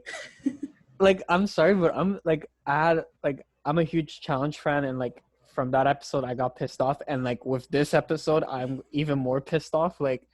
Guys, it's for as of this moment, it's a team-based competition. So you want to take out the best player. I understand Julie ran her mouth and she was saying stuff left and right, but as a whole, y'all want to still win and continue and be safe. So the most ideological thing to do is like take out the best guy from that team. Mm-hmm. If I was in the winning Team Destiny, Team Yeah. Destiny, I would say I would make a house meeting. A group meeting, and I would say, guys, like even though Julie is like talking, like we need to take out their best player, and it has to continue like that for every week forward up until it becomes individual. But we never know if it's individual, but like whatever. So I'm like disappointed from that side. I'm disappointed in Josh. I'm disappointed in Julie. I love Julie, but I was like, no, this can't happen. And then I'm disappointed in the dolls in general. It's not even the dolls anymore. It's not even dolls. It's We'll like get into the dolls. it's Oh my god. mess. But Nick, you wanted to say something? Yeah, go ahead, Nick. My one thing is like Julie and Josh both having their names out there, and then the house already sees how they're gonna move, how they're gonna go around, try to turn something. I think that's better for the other team to like capitalize on, keep them in, keep that like craziness going, and take out Rohan or Jed. Yes. It's like take out these strong people who are going to still be there because you're not even considering them, who are going to then win the comp for their team or the HOH, which isn't a guarantee because, of course, like Victoria, like we didn't think that she would outlast everybody. At least I didn't. But my thing is like, why would you? I mean, it's straightforward. You're thinking of a vote, regardless. You're gonna go with who people are saying. But I think if you try to like take a step back and realize it's week 1. We have these people already going like crazy because their names are out there. Like we have people going from person to person to person to person to group to like talk about this. Someone has a big mouth. Someone wants to do this. It's like, so let them do that for another week. Let them like go after their own people and then take out someone who's not even expecting it. And then obviously if those people already have their name on the chopping block, they're going to be willing to do anything else. So it's like that whole other team could have just piled on the strong men. And then Julie and Josh, both at risk, would have been like, well, I don't want it to be me. Let's do this. And I'm like, because I think everyone voted, right? Like, Except it was a vote test 11 to 2. no. 11 to 2. 11 to 2. Tina didn't vote, and the only votes that weren't for Julie were Julie and Victoria, which I want to get into as well. But yeah, oh my god, I want to get into. Disappointed. Very disappointed. So let's get to the vote then, because realistically, the voting. I just want to say really quickly that I thought the questioning was a little weird. I did like it to some degree. It could be used, but I think I don't know. I think this game is going to go very quick or not very quick, but it's going to keep going. Like it's going to go from one person to one person. It might go up to like literally the time of voting, which I would love to see that. I would love to see them stressed about how they're going to be voting. But I think the questioning was a little strange. Some were better than others. Some were just kind of like whatever. Like LaToya was like, "Did you say Julie's name?" I think that was like, oh, well, let me not get into it. Nick, continue. Question, but like not every question was at that level of kind of like tell us what you've done, like kind of like state what you've done in the game. And I think it also like put Josh and Julie against each other, which at that point there was nothing that they could do to really prevent that. They were both saying each other's name. Josh would have been dumb not to. Wouldn't have really mattered because it still would have been majority. But yeah, I don't know, because 13 votes, like even if Josh and the dolls like did do something, because you could assume Josh and Julie could get together. Julie would pull in Braden and Austin. That's 4. It's not enough, but you're still getting there. You're still solidifying something. But she could have gotten Victoria because Victoria voted to keep Julie. That's true. So that could have been a 5. That would have been 5, which again, still not enough. But if you have 5, we're just with very little work. Because if Josh and Julie could come to the agreement, like, hey, let's just, if we want to do this, let's do this. And then Julie would have the other 2, also Victoria, could have potentially worked on someone, maybe the other team. But I don't know. I don't know if anything would have realistically gone any other way, especially with like, I think it was so crazy. To me, I probably would have just, her name stuck with it at some point. It just depends on when that point was that each person was like, I'm not changing my mind. Like, I don't want to think about it anymore. But yeah, now we can talk about like the voting and all that. Actually, I want to rewind a little bit to the question period because I absolutely adored it. I love the concept, and here's why. I feel like, and we can kind of talk about this because like we play like our little like mini games or whatever. But when you can do shit anonymously, oh my god! Like, here's the thing. Like, some of the questions were very like I'm gonna say not well used, and here's why. Because at the forefront, there's three people. That's a team of six. There's like that. I'm not counting Kiefer because he's a captain, but like six people in danger. Three of the six are like out there out front, chaos. Like they're the center. But if I were asking a question to Jetson, I'm not asking him, why do you think Final Two is important? I think that was like a dumb question. Who cares? We're week one. If you're making Final Twos at week one, you're probably going to regret it. Hello. But unless you really connect with someone, but that's another argument. But I would have been like, Jetson, who do you think is the weakest on your team? I would have caused chaos with my question. I would have sat there and been like, if it's anonymous, you don't get to know I said it, child, I'm gonna make you drag your team. Who's the weakest? Who do you think is the most sneakiest? Who do you think is gonna backstab you first from your team? Like, I would have utilized that question to its extreme. It's week one, it's messy, and it's anonymous. Who gonna check you? Like, there's other problems. You asking an anonymous question isn't gonna shake the tables a little too much. It might make Jetson a target later. I'm saying Jetson because that's the one question I remember for sure. But it could have done that for anyone. Like, it was for people who wasted its potential on the question. It was disappointing, but I feel like it's not a bad thing. And then Latoya's question: did you say Julie's name? Here's the issue with the scene that we did see. She just walked out the room. She didn't say yes, no, maybe it's not true. She just walked out. So I think, look, and that speaks on Toya's game. She stood there and she said, I did, but I said everyone's name because we're all in trouble, and I was just trying to figure out who we need to target it on my team. I thought that was Hilarious. great, diplomatic. I giggled. I thought it was creme de la creme, chef's kiss. Like, wow. Like, she stopped that question. She stopped it right there. And obviously Julie rolled her eyes, which, like, you're totally allowed to. I probably would have done the same thing. But I just thought that was phenomenal. And that shows the gameplay in Latoya. And if I was looking at her response, I would take notes. Like, little subtle things like that are important. And the thing is, when it got to Julie's question, I thought she was going to drag Latoya. And she's talking about Josh, and that's where I have an issue. There's so much that happened. I don't know how it went from Julie versus Latoya to Julie versus Josh. Maybe you guys can clarify that for me, but there was no like indication. The indication was Julie and Josh had a thing. Julie went and spilled the beans.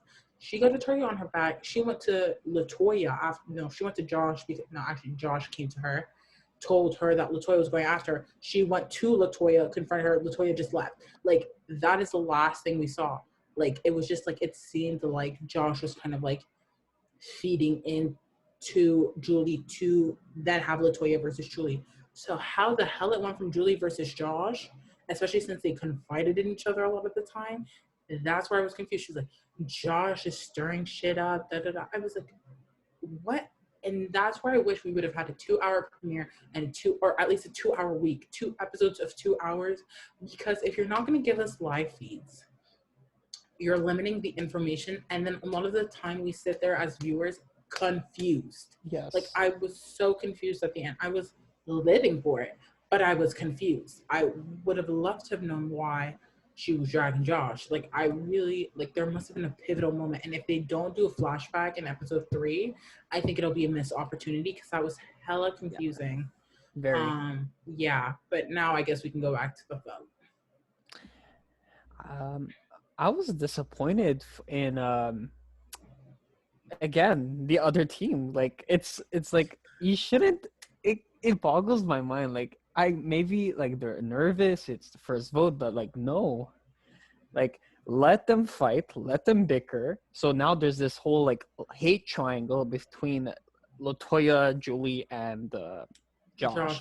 Let them have their thing. They're gonna fight against each other, and the other team should say, "Hey, like Jetson, get out of here. Rohan, get out of here." Like, since like after the competition they were like the main targets, let's say, like in the beginning, very beginning, like they should have continued with that. But I think Tashawn said something because his untouchable is probably Jetson, right?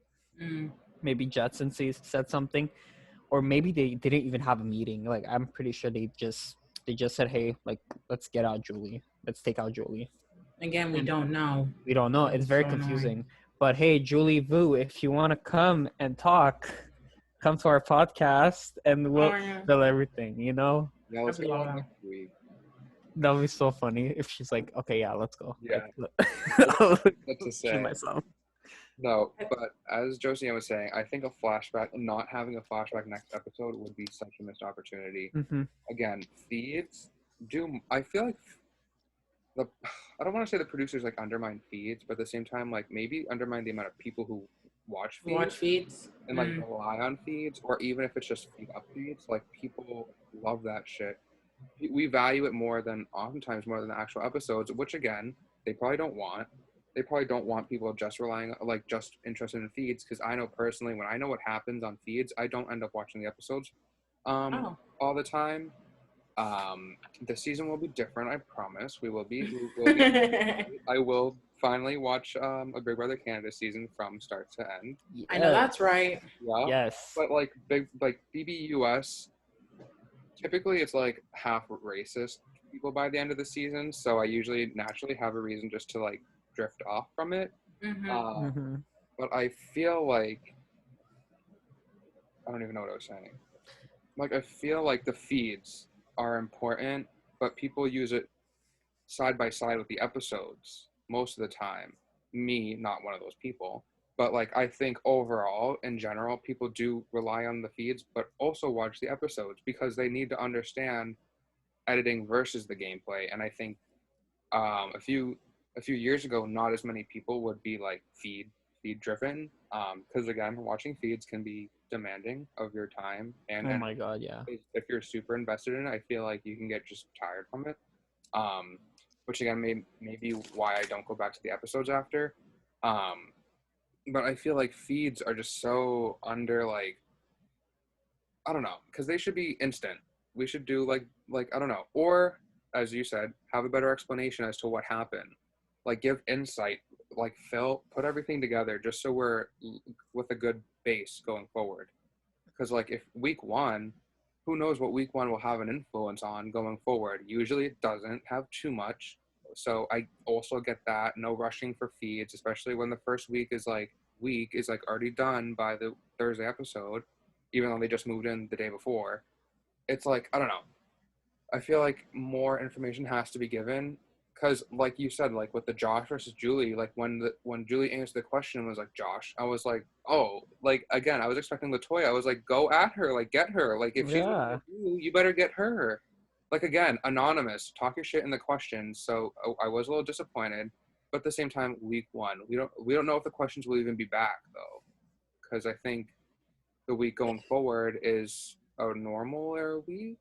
I think it's again a team week. I think it's a team week again, but we could be wrong. Like we'll probably check feeds or something. Yeah, because I know Arissa. Yeah, we started first HOH, so I'm like HOH, like meaning. I think it's still a team HOH though. Yeah. Like I feel like maybe it will be like round one. Yeah. Or who has the highest point or whatever. Yeah, like, I think the teams would definitely just be safe regardless. Yeah. But as of like the structure wise, like questioning. Obviously the nominees probably have to be from the other team, which I don't like because that's very few people. We don't know that though. We don't know exactly.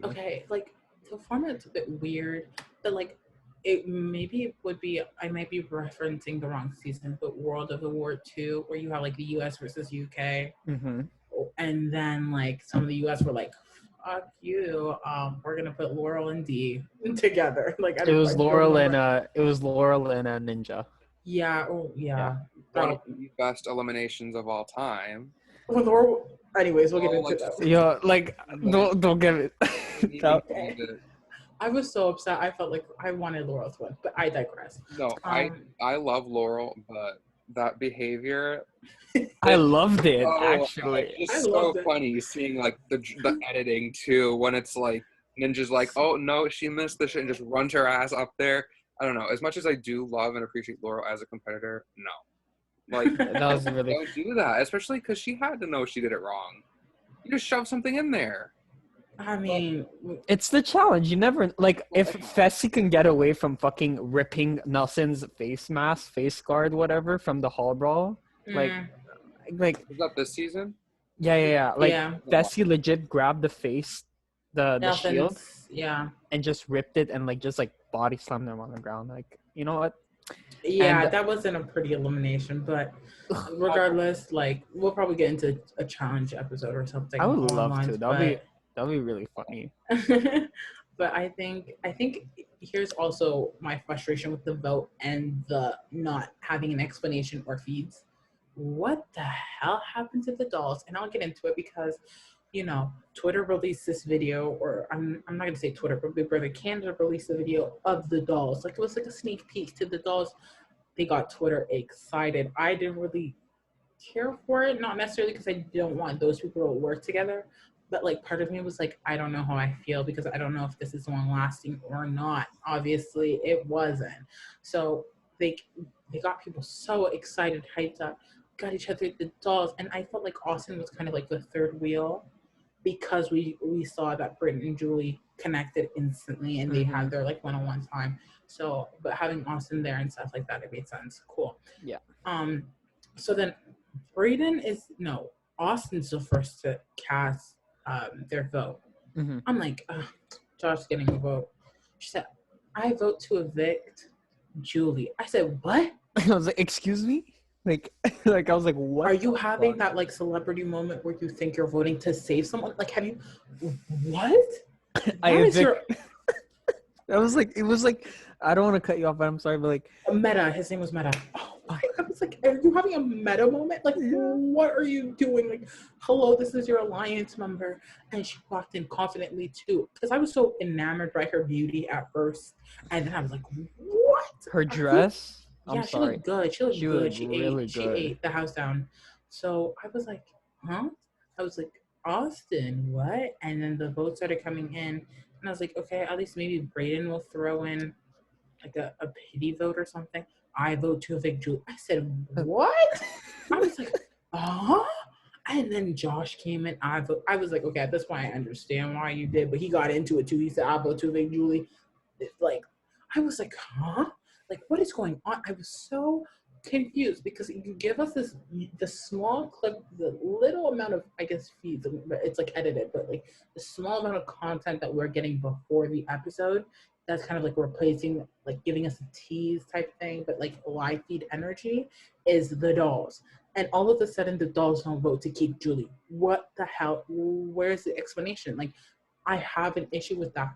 And so at this point I'm thinking, it's a unanimous vote, or as unanimous as it can be because Julie has a vote. And then Victoria comes in and Victoria saves Julie and she votes to evict Josh. I was like, hello, your whole team voted to evict Julie. Why are you voting to keep Julie? And her vote, I'm not as frustrated with the whole, it doesn't link necessarily to explanations because, when people throw a hinky vote or whatever, it usually gets explained in the next episode. So I'm waiting for that. Yeah. But I was just like, huh? Like, why is Victoria out of everyone in the house giving Julie a vote? I don't even think we saw Victoria and Julie together. Yeah, Nick, you're on mute though. Yeah. No, literally, I also, when she had voted, that's when my stream was down, so I was like refreshing Twitter, and everyone was like, oh, Victoria Queen, Victoria just did that, Victoria, and then I was like, oh, she said something, like, after, like, the votes.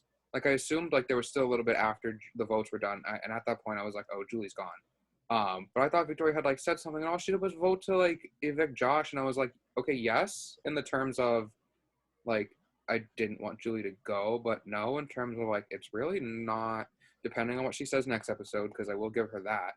I just feel like even if she tries to do that, like, blame it on someone else or just have it be, like, speculation, it's like, I don't think it'll last.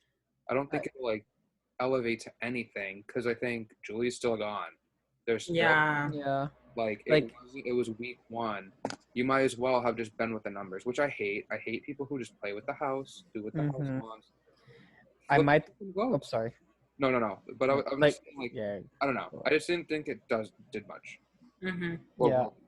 I don't want to compare because it's very early on, but what Victoria did gave me a huge like Veronica moment when she voted I don't remember who she voted for, but she voted for the other person instead of the intended person, and she made that whole lie up, and everyone like gathered the clues, and then boom, she got evicted. Like, I don't want that to happen because like Veronica, I love Veronica so much, but like I don't like I fear that that's gonna happen where they're gonna find out what happened and who gave that hinky vote, and it might work for Victoria, but it also cannot work for her, as like we've seen all possibilities where if it worked and it didn't work, like with Enzo, left and right he's putting votes and shit like that, and he got voted to top 2, like it's. Ew, I can't believe I made a BB22 reference. Like I'm disgusted. I think you're right. Like, I totally agree with you because, okay, here's the thing about the difference between Veronica and Victoria in this situation is that Veronica, I think she explained it in some interview. She was like really at the bottom of the house, like she wanted to just cause chaos because she felt like her time was coming. Okay. Or I could be getting that wrong, but I'm pretty sure that's what it is. Feel free to correct me, anyone who watches this. But I'm pretty sure that's what was said. Versus Victoria, everything will depend on her explanation. If she's just going like, I just didn't want her to go on a unanimous vote. Like, I really care for her and stuff like that. And I really connected her, so I just thought I would throw that pity vote to her. And she says that to the house. That's one thing. If she says, I'm throwing that pity vote, but I'm pretending that I didn't vote, it's another, because she was the first person that hugged Julie. And as someone who was just watching it, I was like, if you try to lie about it later, it might not look good because of that small interaction. But that's also me as a person paying attention to detail. And then, or she can just lie about it, make a hinky vote. But like, a hinky vote will only make you a target. It's not going to cause chaos. Yeah. Julie is one person. Julie clearly didn't have the allies. Like, throwing that vote literally did nothing. Like, it did nothing. It won't do anything beneficial within the game except target Victoria if she doesn't explain herself. Yeah, I'm with you on that. That's 100% true. Yeah. And I don't know about y'all. Do you guys have your flip and flop of the weeks? Yes. Nick, you want to go first? Yeah, let's hear it. You're on mute. It's a note for me. Oh no, someone else go first. Okay. My flip is obviously Victoria, because she shocked me with that competition. Like, I know she was like all over the place and oh my god, yeah, like she was like doing all that, but like she really shocked me and I was like really impressed. Flop, Josh. I'm sorry, like I did not like the whole thing. Like, I didn't like the way he, like, I understand he wanted to do a game move, but it wasn't smart because he had Julie as a partner, as an ally, I can say. And right when on the live eviction, his question, I didn't like it. I found that very bland and boring. Like, the paranoia, like, fucking come on, like, say something. Like it was very like too safe, too like I'm alone. Like, I want Josh to, like, I could see the potential in Josh, and I'm not like trying to hate on him, but I want him to snap out of it. Because if he snaps out of it, I think he'll do really good in this game. But other than that, also Latoya's "I'm not taking this." That I found that like so like. I think it was so iconic. Like, I'll probably reference that for a long period of time. Like, it's kind of memeable in my opinion. Like, anyone, absolutely, like, it's very good, and it started. She's the moment right now. Even she though is the moment. she is the moment right now. How about you, Josie? I think so. My flop of the week is going to go to, I'm going to give it to not one person, but a group. Team Destiny. You flopped. And here's why. I think, yes, the game is an individual game, so if you have relationships with Jetson, so referring to Tyshawn, Tyshawn has no he has no advantage of getting rid of Jetson because they're working together. One, two, if he goes, he's probably going to go next. So I completely understand that. Everyone else, especially Tina and whoever else was in that washroom when they talked about the three, Victoria, Tina, and I believe it was Beth. Yes, it was Beth. Y'all were talking about, I heard a lot of alpha male comments. We don't want an alpha male. And I'm like, y'all didn't want an alpha male. Y'all put a target on Rohan, and the vote, Rohan wasn't even dealt with. Like, Yeah. he didn't get a single vote. He got a question where it was like, how do you feel about you getting targeted? And he was like, haha, there was no boys alliance. You just made that up. You look stupid. Ha ha ha ha. But it's not true. Connect with me, which is fine. I am a Rohan stan. Don't take that comment literally bad. I'm just recapping to recap. But I think they flopped the bag. You should have. It's a team. You're gonna have to work together. If the team is already having so much discourse and issues, why would you remove one of the players that is causing problems to help that team? Mhm. Like, I don't want to call Julie weak because I think everyone within the game can bring different energy and different strengths and weaknesses. So I'm not going to call Julie weak. She probably could have benefited if they have a competition where you have to squeeze in somewhere. Julie was skinty in the best way possible. Like, yes, queen. So, like, you could have, like, she could have given you something. And Team Destiny, from the one comp they're going off of, physical strength is always going to be a big deal. It's always going to be a big deal in general. So if you can get rid of that shit, especially since it's clear that Jetson is athletic, and I'm saying this not as like, I love Jetson and I want to root for the black man, but as a game player, I'm like, hello, you are going to definitely destroy me in any competition we do. So I want you out. Like, so they flopped the bag so badly, except for Tyshawn. And so on the flip side, get what I did there? Flip. Oh my god. I think that the flip of the week for me is Latoya. We're shocked. We're shocked. Oh. You all heard how I felt about Latoya in the beginning, but she was like, she had the less screen time out of all three of them, I think, or no, probably equivalent. But Latoya was one of the stars of the show, and she left unscathed, as what we can tell so far, because Latoya was able to secure herself in an alliance with two strong men, which, like, you know, but I'm thinking about it as like the black people, so we have to stand the Black Alliance. So she secured her bag with that. She also got her target out. No one was thinking of Julie. Everyone was friends with Julie. And at the end of the day, 11-2. That literally was Her Latoya's mind. move. Her That was mind. literally her Yeah, move. yeah. She did that. Latoya got so many points for me, and the way she handled that question to me says that at the end, if she needs to speak and plead her case, she gonna knock that shit out, no problem. And you know, when you're doing a final two plea, you have to like think about it. You have some days. It's three people in the house at that point, so you have enormous amount of time. Latoya's in the house with all these people yelling and shouting and hooting and hollering and all that shit, and she was able to compose herself and say that question. Latoya was, she probably left this week in the best position in terms of everything that was going on. Yeah, I agree. Because it was like her, Josh, Julie. Julie's gone. No one cared about her. She didn't get a single vote. And Latoya was protecting Josh, which could lead to an alliance potentially, Yeah. because Latoya wasn't going after Josh. Which would help with her already existing alliance. If I don't think that they would ever connect, but I think like just the numbers. I don't like connect as a foursome. I mean, I don't think they would. I just think that Latoya will use them. For my flip, I had Victoria.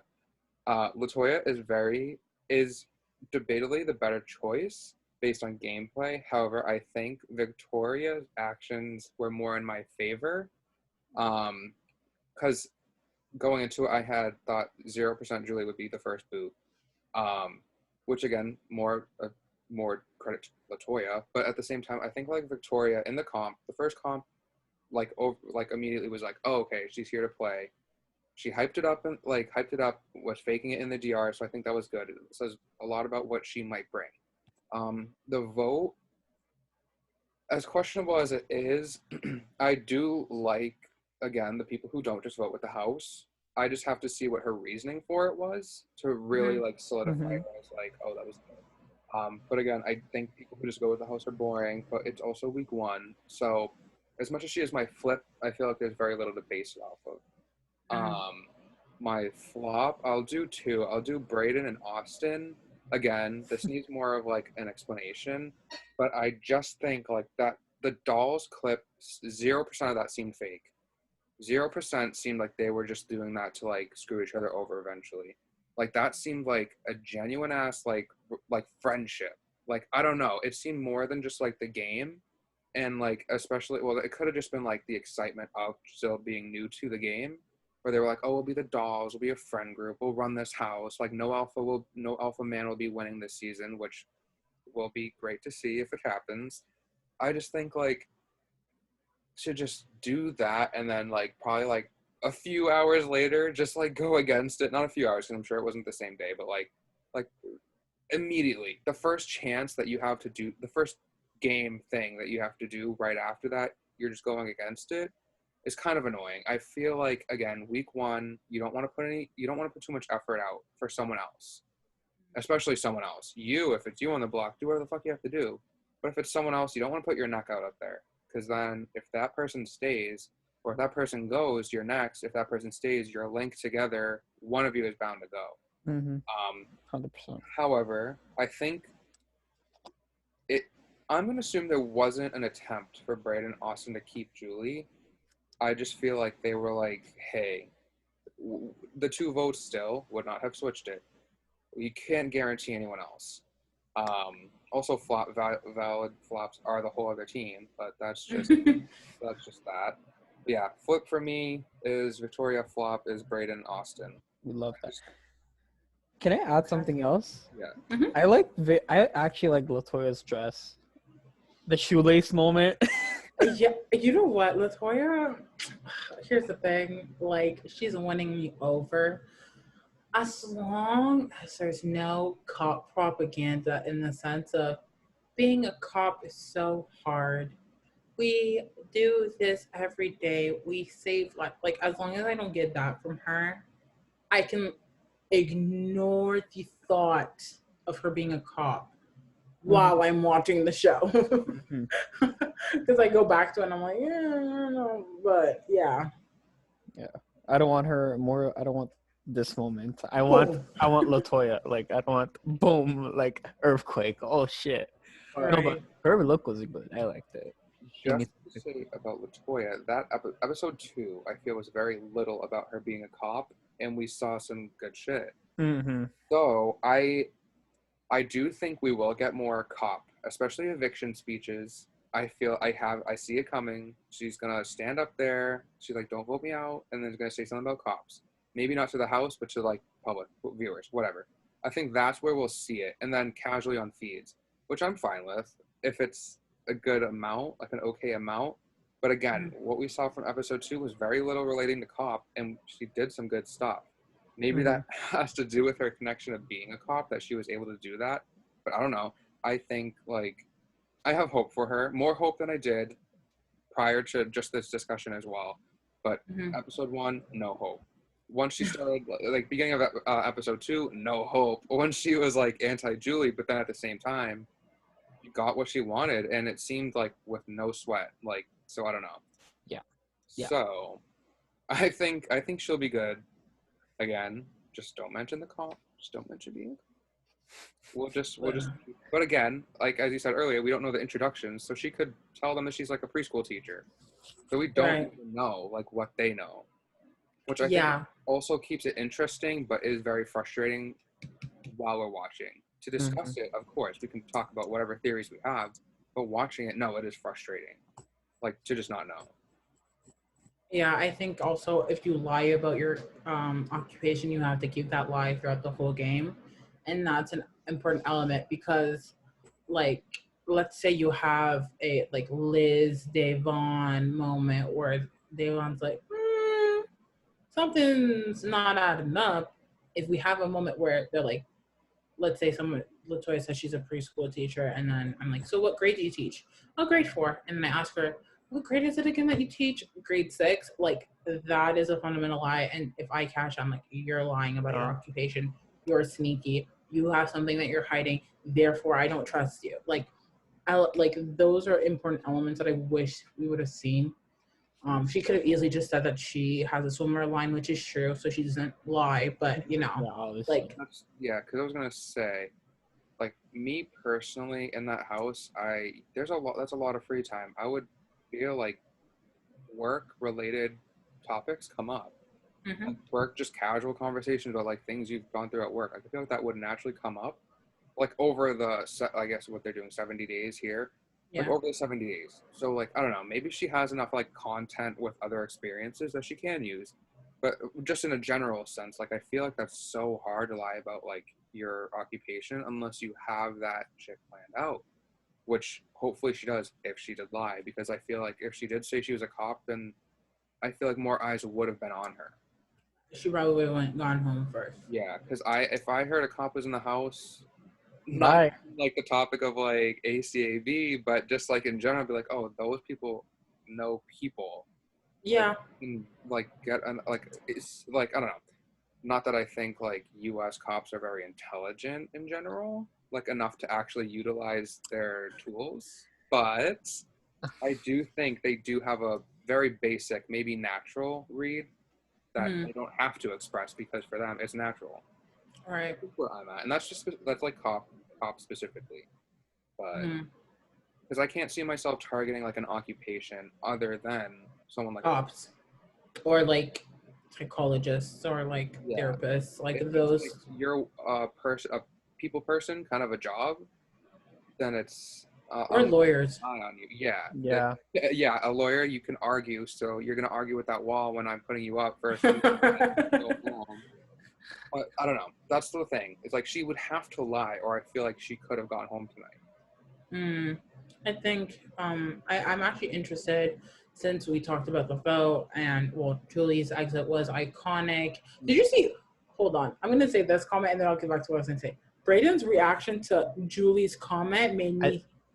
I was like, what was the reaction? I didn't see. it was like an eye roll, like kind of like, I don't know, like it was a very not bi icon, bi friend, like you did that, come on queen, you right, you queen, we're peasants. Like it was more so like a yikes, like and roll of eye. Like if I find it, I'll like probably like put it somewhere. But No, because like, that also seems like a very Braden quote, which I live for. Like that was a fucking great quote. I think it was iconic. Like if not everyone like, can make it work. You know what I she- mean? Like you have to be someone like Julie, to go up there and say it and be well received. Which I think maybe why Braden wouldn't have received it well, because he's someone who would have said something like that. And, you know, maybe he's like, oh, okay, like competition, like, okay, get your ass out of here. Like, I'm the king or I'm the queen.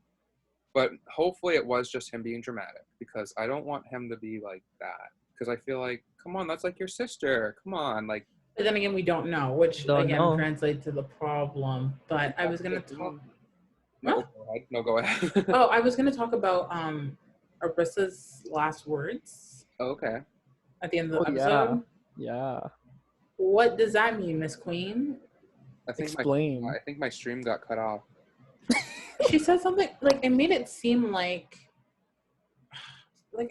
I need to find it, but it made it seem like I heard something about people exiting or something or coming back. I don't know. Was it just me? Or maybe I'm like reading it. Yeah, I agree with you. There was like a little hint.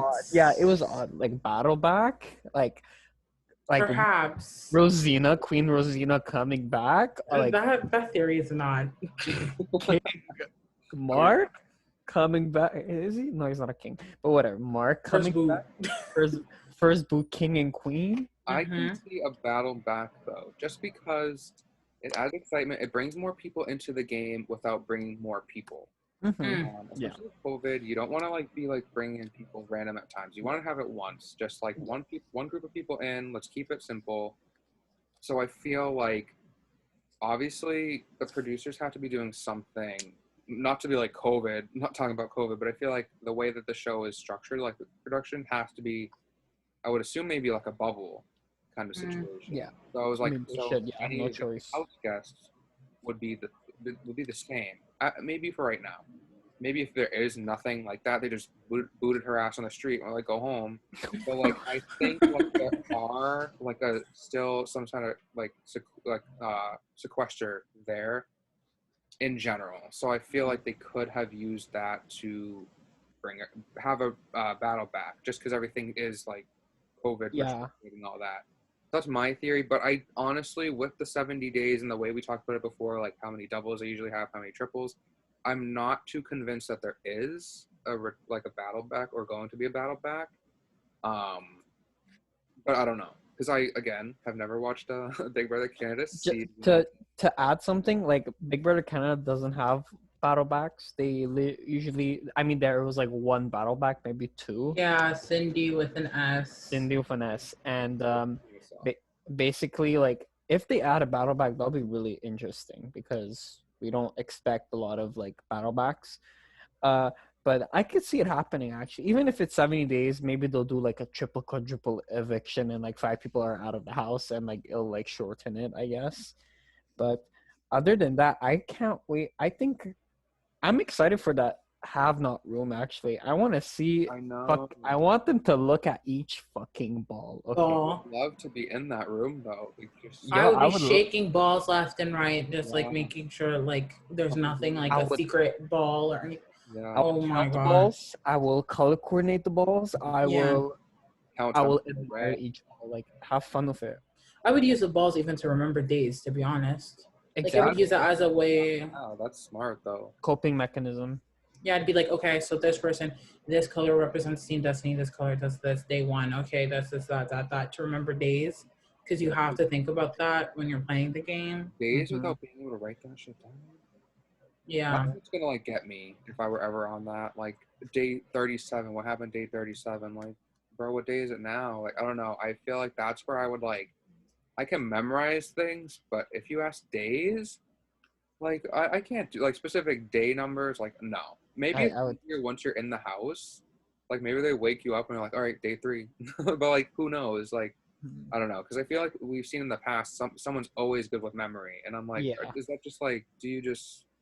But it's studying though. Like I'm gonna reference Kevin from BB Can 5. Nope, that's my Spoil if you haven't seen it, but this guy literally broke the system. Like the per diem, if anyone watches him, did a great video on that about games being broken. But Kevin broke the game. He literally threw his social game at the window, and he just solely focused on memorization. And he had been studying. He had like the little like M&Ms, and at one point even Ika and Dimitri would like they like kind of like ruined one of them to like because like that strategy like you have to remember. And sometimes someone was saying, I think someone tweeted this or something, but every time Memphis would get up during BB22 and he would just sit there and not say anything, he was memorizing days, like day one, and then looking at faces, memorizing things for those competitions. Like I think he said it or something, but I was like, you have to take time like that to do that. So I would definitely use that half not room as an excuse to Exactly. Yeah. memorize something. I even another comparison. I don't know if y'all remember. You remember that scene where Dane showed Anthony his like His shrine, not shrine, yeah, like his thing of like the Toothpaste. noodles, yeah. noodles, toothpaste, all that, and he was like, "I need you, Poppy." Like he said that weird ass thing, and I was like, Well, his name is Poutine no. Poppy. I know. No, his Nick made a face, so I just wanted to give Nick some context. And he was like, "I need you, Poppy," and I was like, "Damn, that guy is smart." Okay, low-key, I'm a little shocked. I wanted Anthony to win because I felt like if Anthony won a couple more comps, he's winning. Anthony, he was a great player for a recruit. Let me tell you that. Anthony, this is what I like about, well, let's talk about recruits for a second because the cast.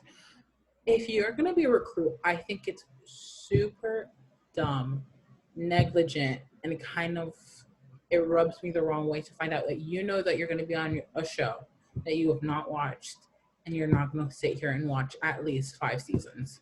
Like you have so much time in sequester. I don't know what they can and cannot allow you to do. But if you're coming into the house and you're not studying the game before you get in, I think that's such a slap in the face. And that's why I liked Anthony. And Jetson, I have no idea if he's even seen one full season. Like I literally have no idea. And it's because he was a Love Island recruit. Like his intentions weren't to come to Big Brother. Mm-hmm. So, I mean, I don't know who else is a recruit. I'm sure, like, there's other people who are recruits, and I feel some type of way as someone who applied, but Yes. I digress. It is what it is. It is what it is, but I hate recruits. I hate recruits. you have to study. I think we see more of that in U.S. Big Brother, like recruits who are bad choices. Or so many recruits that it's like it's bound to have a recruit go far rather than someone who likes the game. Which again, I just applied for Big Brother US, and I feel like as I don't know, because I know for a fact that a good chunk casting is different this season, so that is perhaps we'll have some changes. I just think like if I'm gonna see a house full of recruits and then half of them don't do anything, I'm like, that's another boring season. And my thing is the season's not defined by the winner, like it's defined by the gameplay throughout.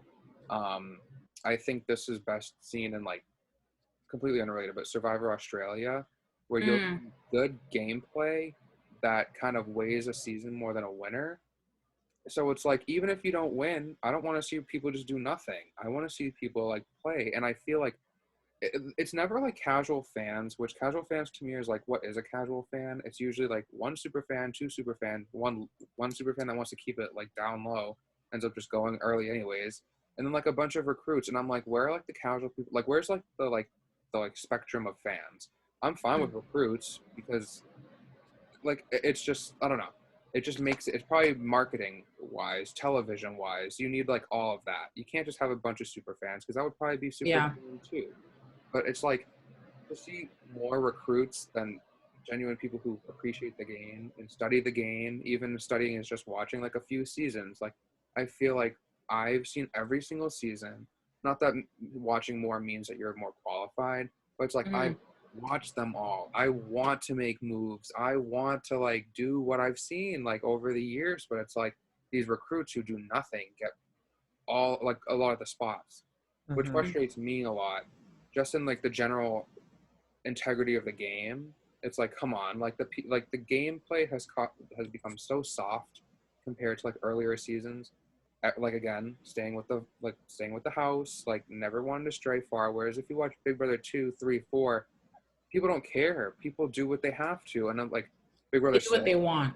And that's the thing. Is like I'm not here as much as I would love to make friends in the house, like genuine relationships. Like that's not what I'm there for. That's not what I applied for. So like I agree. Those people like the Love Island. That's the thing. Big Brother US again. A lot of people go there with showmances, and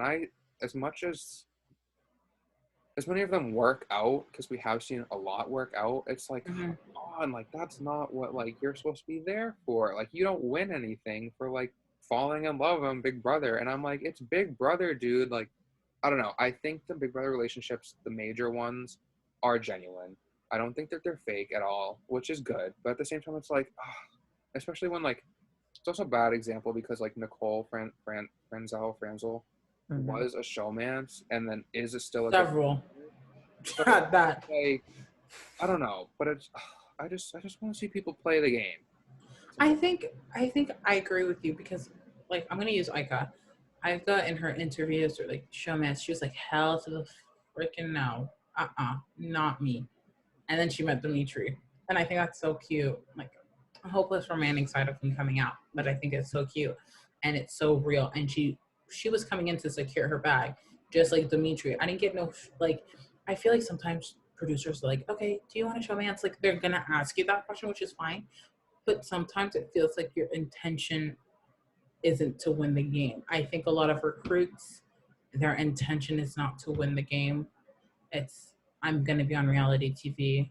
I'm securing a bag after this. Yeah. I'm hoping to get some sponsored deal, some gummy bear hair sponsored deal after this. Like Some other some, gigs. yeah, like some fat, yeah, like the tea. Like Yeah, it's- some of these people are here for that, and others are here to win. I'm here to win. Like if I were, I'm saying I'm here to win, like I'm in the house. But no. if I were playing the game, I would be there to win. So I just find it a bit frustrating when I feel like some of the house guests are like, I'm here for my 15 minutes of fame. Elena. She was like, Literally. like after this. Oh my god. And like not to shade Big Brother Canada or anything, but like compared to Big Brother US, Big Brother Canada has like a lower number of fans. Like if you compare like Instagram followers, like let's say the highest following big BB Can alum is Aika. She has like 90K, 100K. Mm. While as if you go to US, some people have like millions of followers. Like the average is like 150K, you know. While in Canada, the average is like 10K, 3K, you know. Like so, like even if you want there to get your 15 minutes of fame, you're not gonna get your 15 minutes of fame because it's Exactly. like Which is it's why I like think genuine players are better because like influencers or like I'm gonna say influencers loosely, but it's like if that's what they want, it's like shut up. It's like yes, you'll get the followers, you'll definitely get them. It won't, but it's like it's they're never gonna get enough for what they want. I feel because then it just starts to be social climbing. And then they just start to be really annoying and like have no personality other than, hey, I was on a TV show once. I'm about to start social climbing. Let's get some money. Again, like you said, the sponsors, get your gummy bears, like all that shit. Like it just gets boring. But it's like we see it season after season. And it's like maybe it was what's her name? Robin Cass. Robin Casting, yeah. And it's like Clown. I have nothing against her. But she's made some awful choices that makes me question her. But I'm again, She's not casting anymore though, right? not Like, casting. She's She's not gone. casting. not for BB23. But it's like She already casted for BB Can, so was she did casting for this season? yeah. And now Like her last casting was this, I believe. I could be wrong though. they said she's on the better opportunity. But it's like I don't know. Again, it's hard to put it all on her because she's kind of just like the one you know. The one you know. Yeah, 100%. I agree. And I feel like a lot of like hate gets directed towards her because I don't know how different BB23 casting is without her, but at the same time, it's like it couldn't be single-handedly her. I just think we've seen her with like Clay, we've seen her with like other people.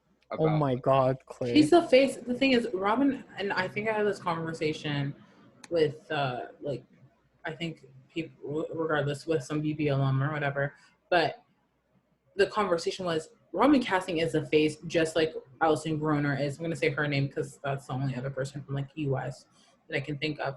And I don't think there's any. The only Canadian, I guess, member of the team for BB Can that I can think of is Trevor Boris, but he does like the sets and the competition, so I can't hold him to that account. But in terms of like executive producer and stuff like that, like Alison Groner and Robin Casting, they're the faces of Big Brother. Like when I think of Big Brother US, in terms of people who aren't participating, I think Julie Chen, Robin Cassin, and Alison Groner. And because they are the faces of the show, because they represent the show, a lot of the fans turn to them. They hold them accountable because we can't hold Big Brother accountable. Like you can't hold the house, you can't hold the whole CBS. Like you can't do that. Like you can hold. It's easier, I think, for people to go and at Robin Casting or at Alison Groner and just be like, hey, I don't like this. This is what happened, blah, blah, what's going on with casting. But it's definitely a team of people. It's a work in progress. There's not one single individual person, who sits by, and I'm going to use BB Can, all the videos that got applied today. But I definitely have my Twitter notifications on for Robin Casting anytime she would tweet about Big Brother Canada. So it's like, it's really weird, but she's the face of it, so you kind of have to hold like I feel like they should know, and I feel like they do know that they have that responsibility, and that people are going to look at them just as everyone's going to look at I don't know that man's name, the one who's doing casting for US now, but he was like all over my Twitter feed at one point, Yep. So they're gonna hold him accountable now, just like they were Robin casting. So we'll see. But I definitely wanted to touch on the first of all, I want to touch on two things, Arissa, and then but I'll talk about that first, Arissa, later. I want to talk about the land of acknowledgement. I was I had tears in my eyes. I was so happy. I was like, thank you for acknowledging that this is stolen land. Like at my university is the first place I've ever seen that done. And I think it was a fairly new thing. Like I'm a second year, so like the first time I saw it was like pretty much last year. But I think it's so important. And to have, I think this is the first time ever reality TV has acknowledged that Yeah. they're on freaking stolen land. Yeah. Like, thank you. Like, Yeah. Survivor, like when they go to a new country, like the older seasons are a lot different than the newer seasons, because the newer seasons I feel like it's always in Fiji. I could be wrong, but like I feel like it's always in Fiji. No, it's like their new, not to interrupt, but that's like their new like place. Yeah, so like 5 or whatever there. like I remember watching, I think it was China, and they came in and they did like that little prayer thing at the start, and I loved that. I loved those types of moments within Survivor, and like those little moments where they got to be with the community, but there was still never acknowledgement. We want to thank for being here. I think the last time I remember it being done was Gabon, but I could be wrong, where they had literally members of the parliament at the reunion, and they were like, "Thank you." Can I add? Oh, sorry. Can I add Yeah, something? yeah, go ahead. Okay, like you were saying, like still to this day, a lot of people don't know. Like a lot of people in Canada, let's say, they don't acknowledge that it was stolen land, and it's very important. Like I've been in my university, I had to do papers about these stolen lands, about the nations and all that, and like just to see it happening, just to see that Arissa like said that, it's just like it makes me happy because I feel like I was a part of it. If, for sure, you too. You felt like a part of it, not a part of it, but like the word is like you felt connected because you learned about this and you want to appreciate these people. Because as of right now, like I'm sorry, but do you guys know about the segregation schools? Yeah. You know, the last segregation school was in Canada in 1985. Like, can you believe that? Like in 1985, they would. For context, Nick, I'm gonna give you context. Yeah. Or for people who don't know. Yeah, for people who don't know. Yeah, like all of the First Nations, like what they would do is that they would make these schools and take the First Nation children away from it, and pretty much, for lack of a better word, whitewash them. So it was like taking them away from their culture and kind of taking that away from them, and then they would come back to their family and it felt like they wouldn't belong, and it just like a lot of like it was really bad. And still to this day, like we have places called reservation, no, not reservation, like are you talking about res like university res, or like the parc de récréation, like no like res like as in réservation, the res areas, like where it's like no tax, like they like stay in one place and they are so mistreated. They don't have mistreated like they garbage. have no water. They have trucks of water that come to them. Like it's sometimes they don't bring water and they just take the rainfall and they shower from that. Like these people are so mistreated, and the fact that they brought Damien, they brought I can't Suzette was season 1 though, the pioneer, Suzette, queen. Suzette, love her. Suzette, Damien, Kiefer, like it, and like there was that segment where he's like speaking in his language and his dialect. I found that like so fun. I got goosebumps for real. Yeah, that was definitely my favorite. And like I think it was overshadowed by the out segment because they were very close. I remember just on my timeline I saw it and I was like, all right, let's everyone talk about it, and like no one was like talking about it, and I was like, oh, come on, like that was like, I don't know, like right now I'm like studying, I'm an anthropology minor, so it's like that's pretty much what I study is like different cultures. So right now I'm in like a class about like native cultures in North America, so I'm like learning about it, and it's just like, yeah, like even from their like pre-contact times, like the Europeans just stole that, like no credit just given to them. And I think like just learning about like the very beginning or documented beginning is just like these people like show like great intelligence. And if you think of like Native Americans, how you're taught to picture them, it's like you don't get an intelligent vibe. You don't get anything good, and it's like I feel, and in the U.S. it's like so bad right now. There are stereotypes. Like I remember someone telling me that there's this, or I was listening to Minority Report with Suzette, I think, and she was talking about how there's like the stereotype that they drink a lot, and I didn't even know that was a thing. But that also comes from the fact that these white Europeans would give them booze in exchange for like weapons, I believe, or Yeah. something else. But like those stereotypes are because of Europeans. Like they're literally to blame. I'm gonna just say that. Yeah. It's frustrating because it's like way before us, but it's still happening. Mm-hmm.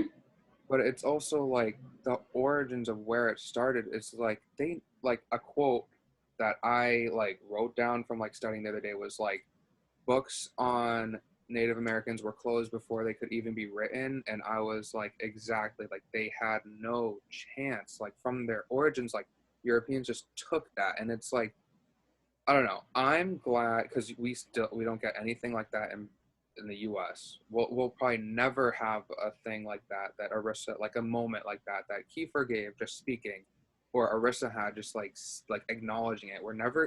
I hope that we do in the U.S., but it's like I don't see it happening because the country itself is just like not supportive. It's not looking out for any kind of like indigenous people at all. Like the reservations and like all of that going, like the pipelines and stuff. It's like it goes far before us, but it's like Right. the fact that we're still seeing very little progress is like, come on. So I mean, that acknowledgement, I'm sure like it meant a lot to me just as someone who studies this stuff. So for someone who like actually it is directed at or like is like meant for is like I don't know. I'm glad it was said. I remember I stopped. I was like, oh, like shit, like this is not game. Like Arista just said we're gonna stop. She said Yeah. and I don't know. It's very like because it's necessary too. It was what a minute max, and it was like you just fucking like Ended everything. it's like I don't know. Like it just already starts an education for people who aren't aware with just so little that she said. And I think like I hope I don't think that she'll touch on it again like the same way, but I think like definitely anyone who watched, I mean a majority, I'm assuming a lot of Canadians know those issues. But like for someone like me who like the US has different issues, like same people, different issues regarding it, I think it's like fuck. Like we should be focusing on this. We should be doing better. Yeah. And not nearly enough. There's still no protection. The US is still terrible. Don't know much about Canada's situation, but it seems like we've both got issues. Oh, we need progress. We could do a whole like 3 hours on Quebec, like literally. How do we like need progress this hard? Yeah. And it's I don't know. I'm just very not to be like our generation is great, but it's like I'm very glad our generation's willing to listen. Oh yeah. Yeah. And question things. Because I feel like I know it's like another basic thing, but like people before us don't question things. They blindly follow. And as much as I wish that wasn't true, because my parents are not like that, but that's just my parents. So it's like, although I grew up with that, like thinking like question it, like don't just believe that shit, like just believe what you believe. Don't let anyone do it, but also like be educated about it. I think that's something I've always been taught. So it's like not everyone has parents who believe anything similar to my parents. And I feel like it starts in the home. Conversations can start in the home, can end in the home, like you can grow in the home. Like I could tell my mom about this right now. She'd definitely be willing to listen to me. And I feel like that's something that I have that a lot of people don't have, which I feel like could also be a negative for me as it causes me to believe that people are just willing to listen. And it becomes more and more evident that people aren't willing to listen. People aren't willing to question anything. So I think like Arista, like it's Big Brother Canada. We didn't come to talk about stolen land, but to have that little moment, it still means so much while not even taking away from the show. So we still were focused, but also got that little like insight, which is necessary. And it's like, it also shows it doesn't require much to like get the conversation going. Just acknowledge it. She didn't stop the show for more than, again, a minute, and it still like says so much that we're talking about it now. So I think it shows it's like very little is started just to get the ball rolling. The conversation doesn't end there just because she stopped saying something. So I don't know. I think it was a great moment. I just don't see it happening in the U.S. and I just want that to be different. You know what I mean? Yeah. Yeah. That's just where I'm at, especially with that. I don't know. I thought it was super important. Mm-hmm. I will say, like, since we're talking about Arissa, like, so me and my cousin, she's like what? She's 11 now. She came to my house this summer and we watched Big Brother all the time. And we have this little thing where I'll say, Arissa looks, and my cousin goes, good. So we say that all the time we see Arissa on our TV screen. And that premiere outfit just reminded me of like my little cousin and I going, Arissa looks good. Like Arissa I feel like it's not even like the dress itself. Like she looked stunning in the dress, but it's like she looked in I don't want to say position of power, but like the authority, that energy that she was conveying out. I was so happy because like literally as someone who studies communications and likes media and wants to be part of that in some like way, shape, or form, to see a woman like that. And mind you, I've had Arissa's like a big deal in Canada. She like started reality TV with like it was like the real world's version of like in Canada. Like she's been on TV screens, and like even for me, like even like that small cameo in Camp Rock 2 icon, yeah, you did that. Mm-hmm. Like Arissa's always been someone that I've seen or I've known of, or like because I'm such a fan of reality TV, to see her as a host, which is something I would love to do like in the future, as a host, as someone just standing there in her power as an executive producer. Like no one could take that away from Arissa, and that energy was so conveyed. The way she speaks, the way she held herself. Like Arissa's obviously an expert, but she killed it these last few episodes, and I can tell that it's going to continue from here on out, and I'm so happy and I'm so excited for Arissa. Queen, all the flowers. Yeah, just to add, Arissa is like she's like flawless. Like everything she does, everything she says, everything she exudes, it's just perfect from head to toe. Like I don't want to disrespect Miss Julie Chen Moon. No, we're gonna drop the Moonves until she can drop that. Julie Chen. Okay, fine. No. Like I don't want to diss her, but Arissa has like 5 steps ahead of her. It's just because Arissa cares about. No, I'm not saying Julie doesn't care, but Arissa has like a sense of importance. She's a fan. She watches. She's a fan. She watches this and she wants to do better. And she cares about her people. She cares about other people. She cares about the show, and she cares about the fans. Mm-hmm. I will say, being a BBUS, like that's me. That's Julie is different. She's similar to me in the sense that like very little is good for her in terms of like interacting. Like she doesn't give so much energy. I'm not like struggling to say good things about her, but it's just like if you're gonna compare her to Arissa, it's like obviously Arissa just blows her out of the water. Like the energy, the enthusiasm. I think that's the one thing is like she can like Arissa can like motivate people. Like you can not even be in the game and you're like, fuck, we gotta do this. I wanna do that. I wanna make a move. I wanna be a great player. Like she like inspires people just to like want to play the game. And I think like she can do that without even interacting with the people, like actually playing the game. I don't know. I think like her being able to like capture everyone, like just her standing on that stage, no audience, no people around her is like incredible. And unfortunately, Julie just doesn't give that. But I will say, of course, in the US, I do love Julie. I just question her adding the Moonves to her spoken title, especially with the timing. I think it was very inappropriate. I think it was very kind of like almost a shame. It was like your husband being like, oh yeah, I forgot about that. Oh my god. Terrible things. It's not like there was like some weird affair drama. It was like, no, like he's a pretty bad person. Was like after that, I was like, no. I think Julie Chen is. yeah, I think Julie Chen is like, not to take away from her because she is a good host. But I definitely, the way I view her is not the same as I view Arissa, but they're not.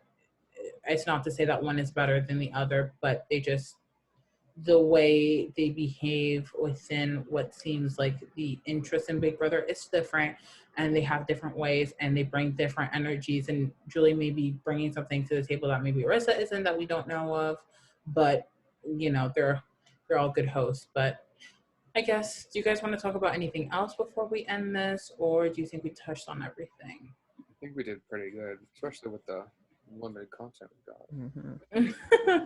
Let's talk about how TJ Lavin. No, I'm joking. Oh my god. Oh my god. Imagine.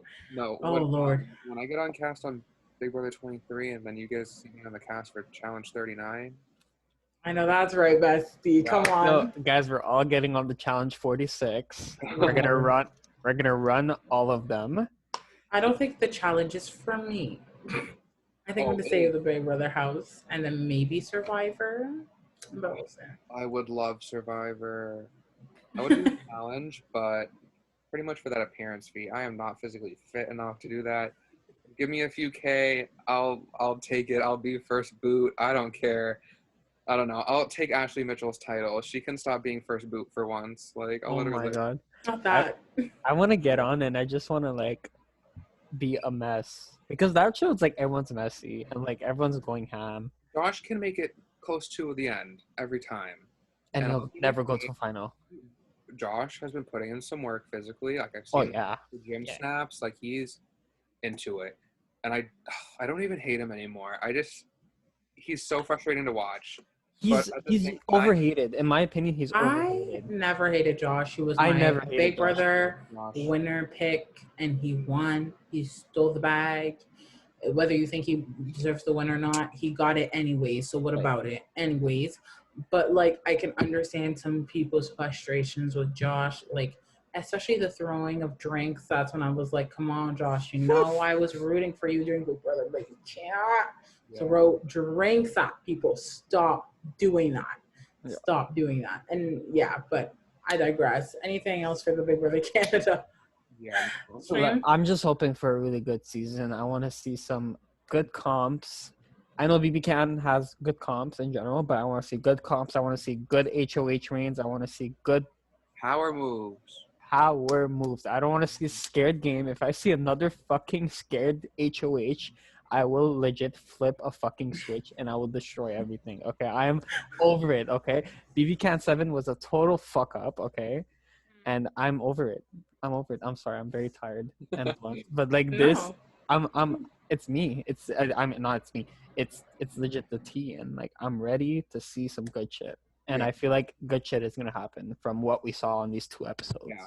Especially after last season, like being just canned like that. Like, no, they have to step it up. Oh my! I don't want to talk about season 8. Season 8. But also, like, I again didn't watch, but didn't like only one person get like formally evicted. There was five people out of the house. I think one of them 4.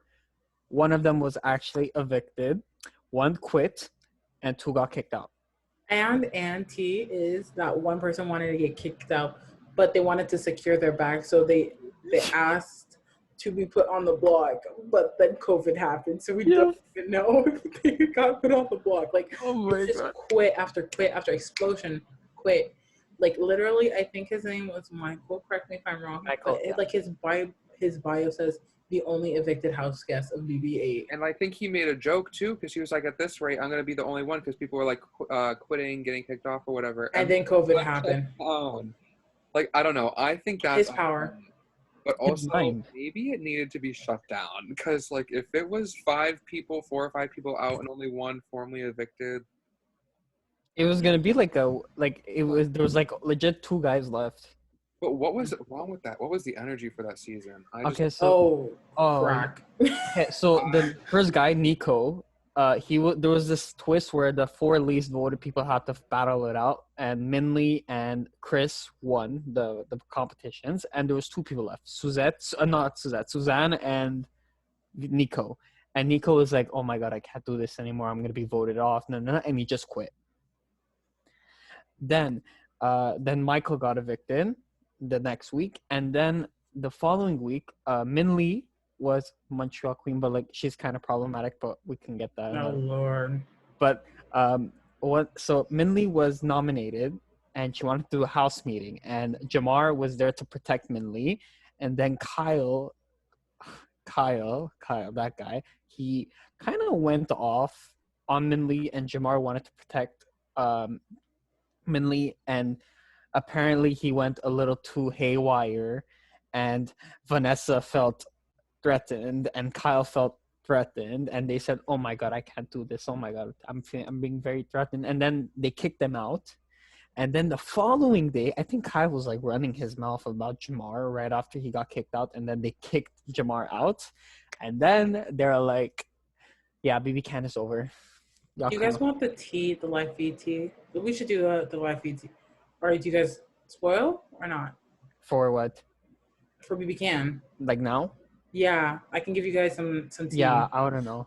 Okay. Like this will be cut better. Like it'll be cut or whatever. No, we'll just do a live feeds warning. Okay, because okay, we're posting it tomorrow. So live feed feeds warning. Some like live, flashing.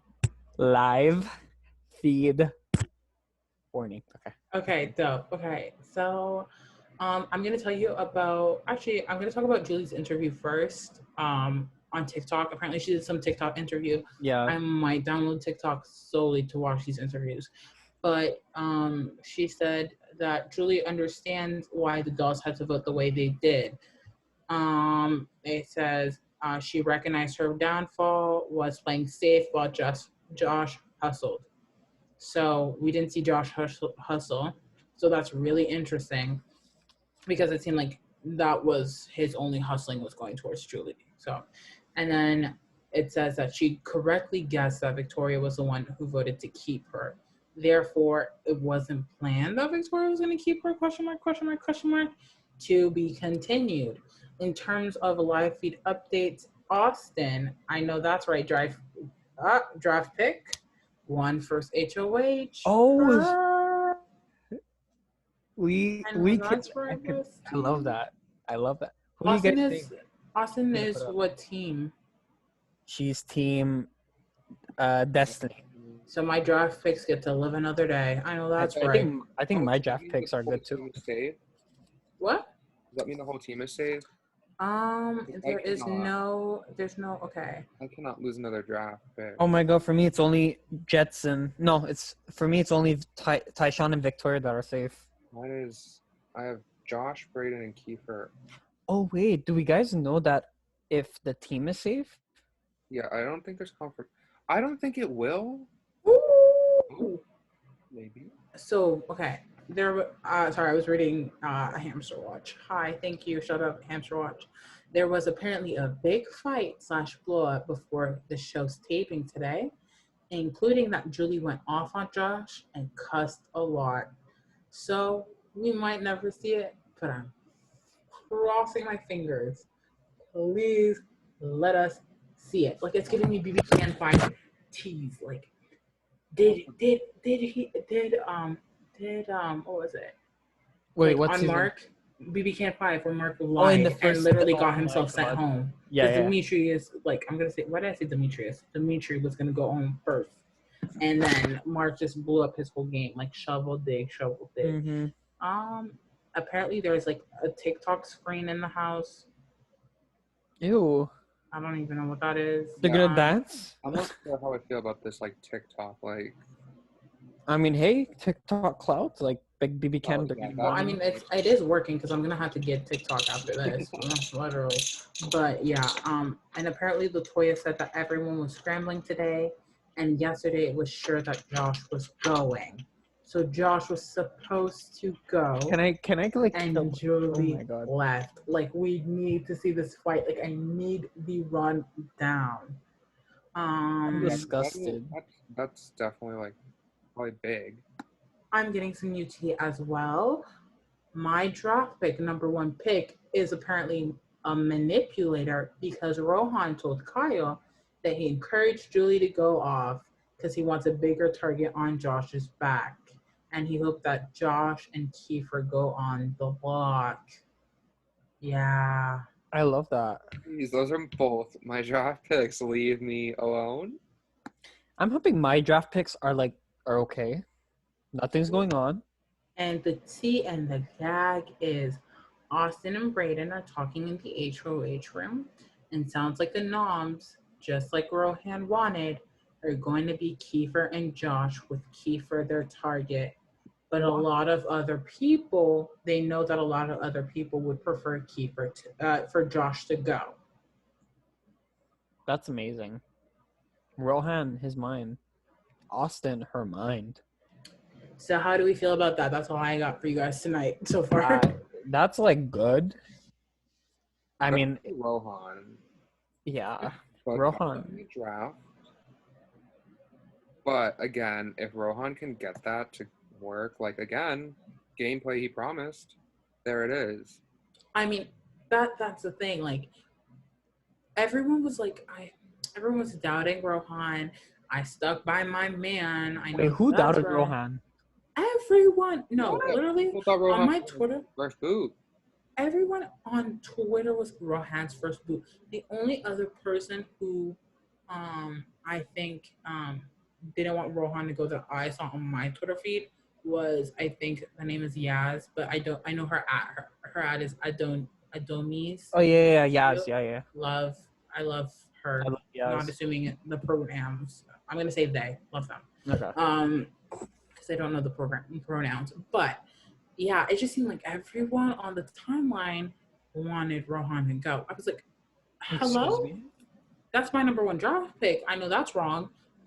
So I was just very shocked, but I'm apparently the fact that Rohan, we don't know if this is 100% true because we didn't see anything, but if Rohan pushed Julie to confront Josh, and Josh was originally supposed to go, and then Julie left, he is delivering what he promised. Yes. And we have to stand.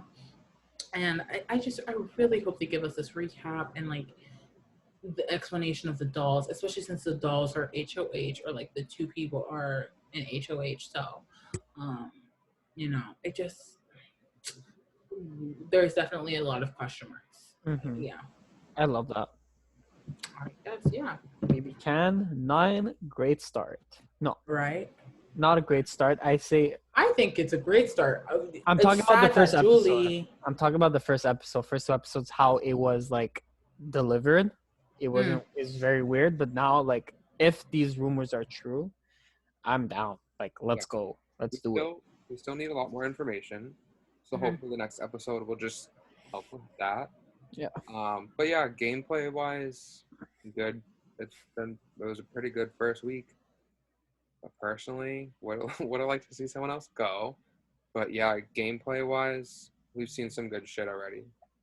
I wanted Josh to go. To be honest, I'm sorry. I just hope he switches his attitude around, or I'll want the same. Because I think compared to him and Julie, I would have rather seen him go. But if he's gonna stay, make it fucking worth it. I think he's gonna. I think Josh will not make it to jury. That's my prediction. Same. I don't think he's gonna make it. I don't think he'll go home this week though. He needs to.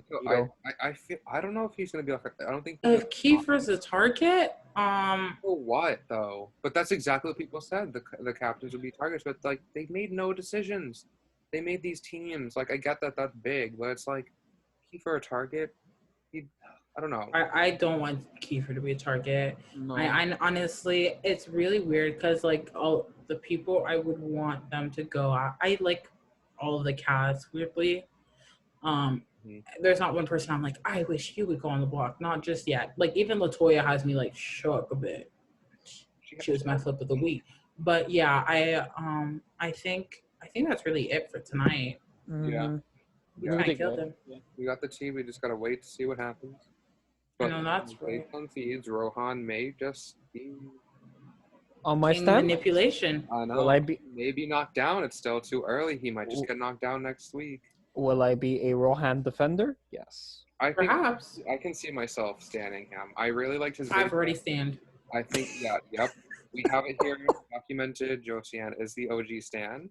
Never left him. I think He's very promising, and it's exciting to see him actually coming through with that week 2. And very, Like yeah. actually trying to do what he was saying. I'm just nervous because, like, I don't think I would have said that to anyone. I would have kept that for the DRs because he told Kyle. And I don't know how close, again, we don't know the dynamics of the house. We don't know what the hell is going on. But if Kyle is not someone who's really going to be down for him, if Kyle does spill the beans, that could be a demise for Rohan's game. But again, we don't know. So we're just going to leave this with like question marks. And because Monday is like HOH nomination episode and it's an hour, I'm hoping that the recap of what's been happening or the explanation of everything is going to be within the 20 minutes or even half of the episode. Because honestly, if night 1 you guys have already established that you guys want to put Josh and Kiefer on the block and there's no crazy changes, I don't need a long 30-minute period of who do you think I should put up if you like literally at this point it's 12:16, like it's Friday, like I don't. Oh my God, WandaVision. Anyways. Oh my God, yep. Have to yeah. Yeah. So I guess Vicken, do you want to sign off? Yeah. With that being said, thank you so much, guys, for watching, listening. If you're listening on the podcast app or you're watching on YouTube, we would like to appreciate y'all for taking time to listen to our opinions because we just like to talk. With that being said, thank you guys so much. We'll be back with another episode next week with the new HOH reign, veto competition, and live eviction. If you guys are open to hearing other TV shows, let us know and we would be doing it with pleasure. So thank you guys. I hope you guys liked it. Peace.